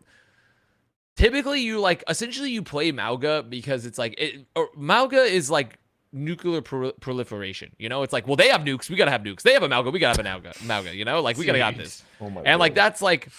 And there was no reason for Donghack to, like, I don't know why Donghack had to enrich all that uranium. I don't know why he had to do it and, like, make it his Malga, but, like, it just happened. It just happened that way. Johnny's dying right now. Of course. It had to be the end. If it wasn't the beginning, it was the end of the episode. There was just no reason. There was no Johnny's reason dying inside. Look at his face. There was just simply no reason for Donghack to do that, and I condemn it. And I condemn it for his Malga enrichment program. But then he goes Orisa, because here's the funny part. Crazy Raccoon reverse swept Survasa. It was almost a 3 on Survasa. T1 nearly 3 of that shit. Zest was playing Reaper half the time as well, and it was like kind of working. He was playing it into Orisa, which is weird. But into Orisa, it's so I don't like it into Orisa because you just get spared out of your Death Blossom. You're just shooting into gold that fortify the whole time. What are you even doing on this? I don't really get it. But he eventually swaps off and goes to Genji. And I remember, if I remember correctly in the cast, I remember the Genji doing nothing. I remember being like, yo, this Genji is not it. Like, maybe he should be on the Reaper because the Genji was kind of getting owned a little bit. It's a bit of a rare one. We see Zest go Genji and it's just like, nothing happens. Like, okay. That's the Reaper was getting way more value because they were having really good time TPs, like, fairly frequently. And they were, like, collapsing and letting Zest get to the back and, like, just, like, walk forward. Especially because also, I want to say on that map at one point, the Sombra was being played, too. It was. And the Sombra was being played, so they're like the Reaper's like very good into that. So they were doing a good job to the like, Genji. He sees the Sombra, then he swaps to Genji. Yes, yeah. And he should have just stayed Reaper. So it was just like kind of some weird swaps, I think, for that map in particular for T1 that maybe it might have potentially cost them the series, losing that map. So but it's I guess they lost the last 2, so I guess it wouldn't have changed it like too much necessarily. But it's definitely something that I don't know why they made the swap when the Sombra comes out and they make that swap. So it is what it is. But I'm gonna bring up one more clip. This is gonna be a good one. I don't know. This guy has such good memory for the clips, and because of like the time zone thing, my brain is so fried. I can't remember a single clip to save my life unless it's something like ridiculous. Essentially, I remember the Vigilante clutch. I remember the Vigilante clutch, and I remember the Circuit Royale anti-clutch moments as well. So we're gonna ruin Asabi now. Look at this. So we had a bunch of compositions. Look at what Dongak's playing, by the way. He swaps Doom for 1 life. The Doom. He's like, I'm gonna play Doom for 1 life here. Now, it was actually good. He pounded. He pounded. Watch his POV. Yeah, you gotta watch this. That was a good punch. Holy shit. Hey, dude, no, he pounds like so hard. He does a lot of shit here. And I think he takes his final one too. Yeah, he does. Yeah. He's the Doomfist went. Now, to be fair, at this point, like T1 was kind of rolling the majority of Sapi. Like now, Crazy Raccoon had an insane comeback though, and like I think Crazy Raccoon was about to lose. Like they are almost lose post this fight, but he's saying literally saves their ass on Pharah, I want to say. I think Heesang saves their ass. But then, or maybe that might have been, or maybe it could have been one of the last fights, but then they have like a really crazy turnaround and are able to push. I think they get it to, what is their final tech? Yeah, they get to 99 meters. So like, even though they're down like 100, Crazy Raccoon then pushes like another 100 meters back after this point. They do. So this one was like an insane back and forth until eventually like they just took it to the last fight and, you know, T1 just Which, like, by the closed way, it out there. It's a shame of us because if they hit 3 more meters, I would have called the game and then T1 would have won. That's all they needed. Yeah. 3 He more could've meters called and Apple T1 would have won. 3 It's a meters is shame. all the difference. You missed out. You missed out on the 100-meter gap. It's not zero. It's not first team to 100 for all the people that don't understand. It's a 100-meter gap. They have to hit that gap and they didn't quite do it. The gap is 3 the meters important off. part. It's the delta. It's the delta, not the absolute value. It's the pure delta of the two. Otherwise, it's going to be like 99 versus 100. It's like, oh, everything. It's like, no, bro, there's a 1 meter gap. Let's be for real right now. But no, the Zest venture was still popping off. I'm trying to remember, how did Crazy Raccoon? I think Crazy Raccoon just ground them down. I think they like literally just water won over multiple a mountain fights. over 10,000 years, just grinding them down. Yes. Until that yes. rock I think is they just no won more. like 4. I think they won like 4 or 5 fights in a row, and they just like. I know what happened. Slowly... I know what happened. And also, I don't think Lip Proud Sojourn had happened. like a. Yes, that's what it was. Lip Sojourn Sojourn. Yes, and he just like he started popping too. That's what it was. Because the Venture was really good into this comp. Like Venture, like even into the cast, the Venture's still really good. Like Korea is pretty Venture built in that Venture's regard. got like a little playtime in NA, like a little playtime. People are rolling out with it on like New Junk City. My moan for plays like, it. yeah, for like 1 second. My moan's been It's- watching the Korea VODs. He knows. He's been watching Korea. He's been watching Korea, Yeah. and like the Sojourn swap is a lot better because it's a lot harder to punish for the Venture typically to punish a Sojourn if you save slide, especially if like the double slide.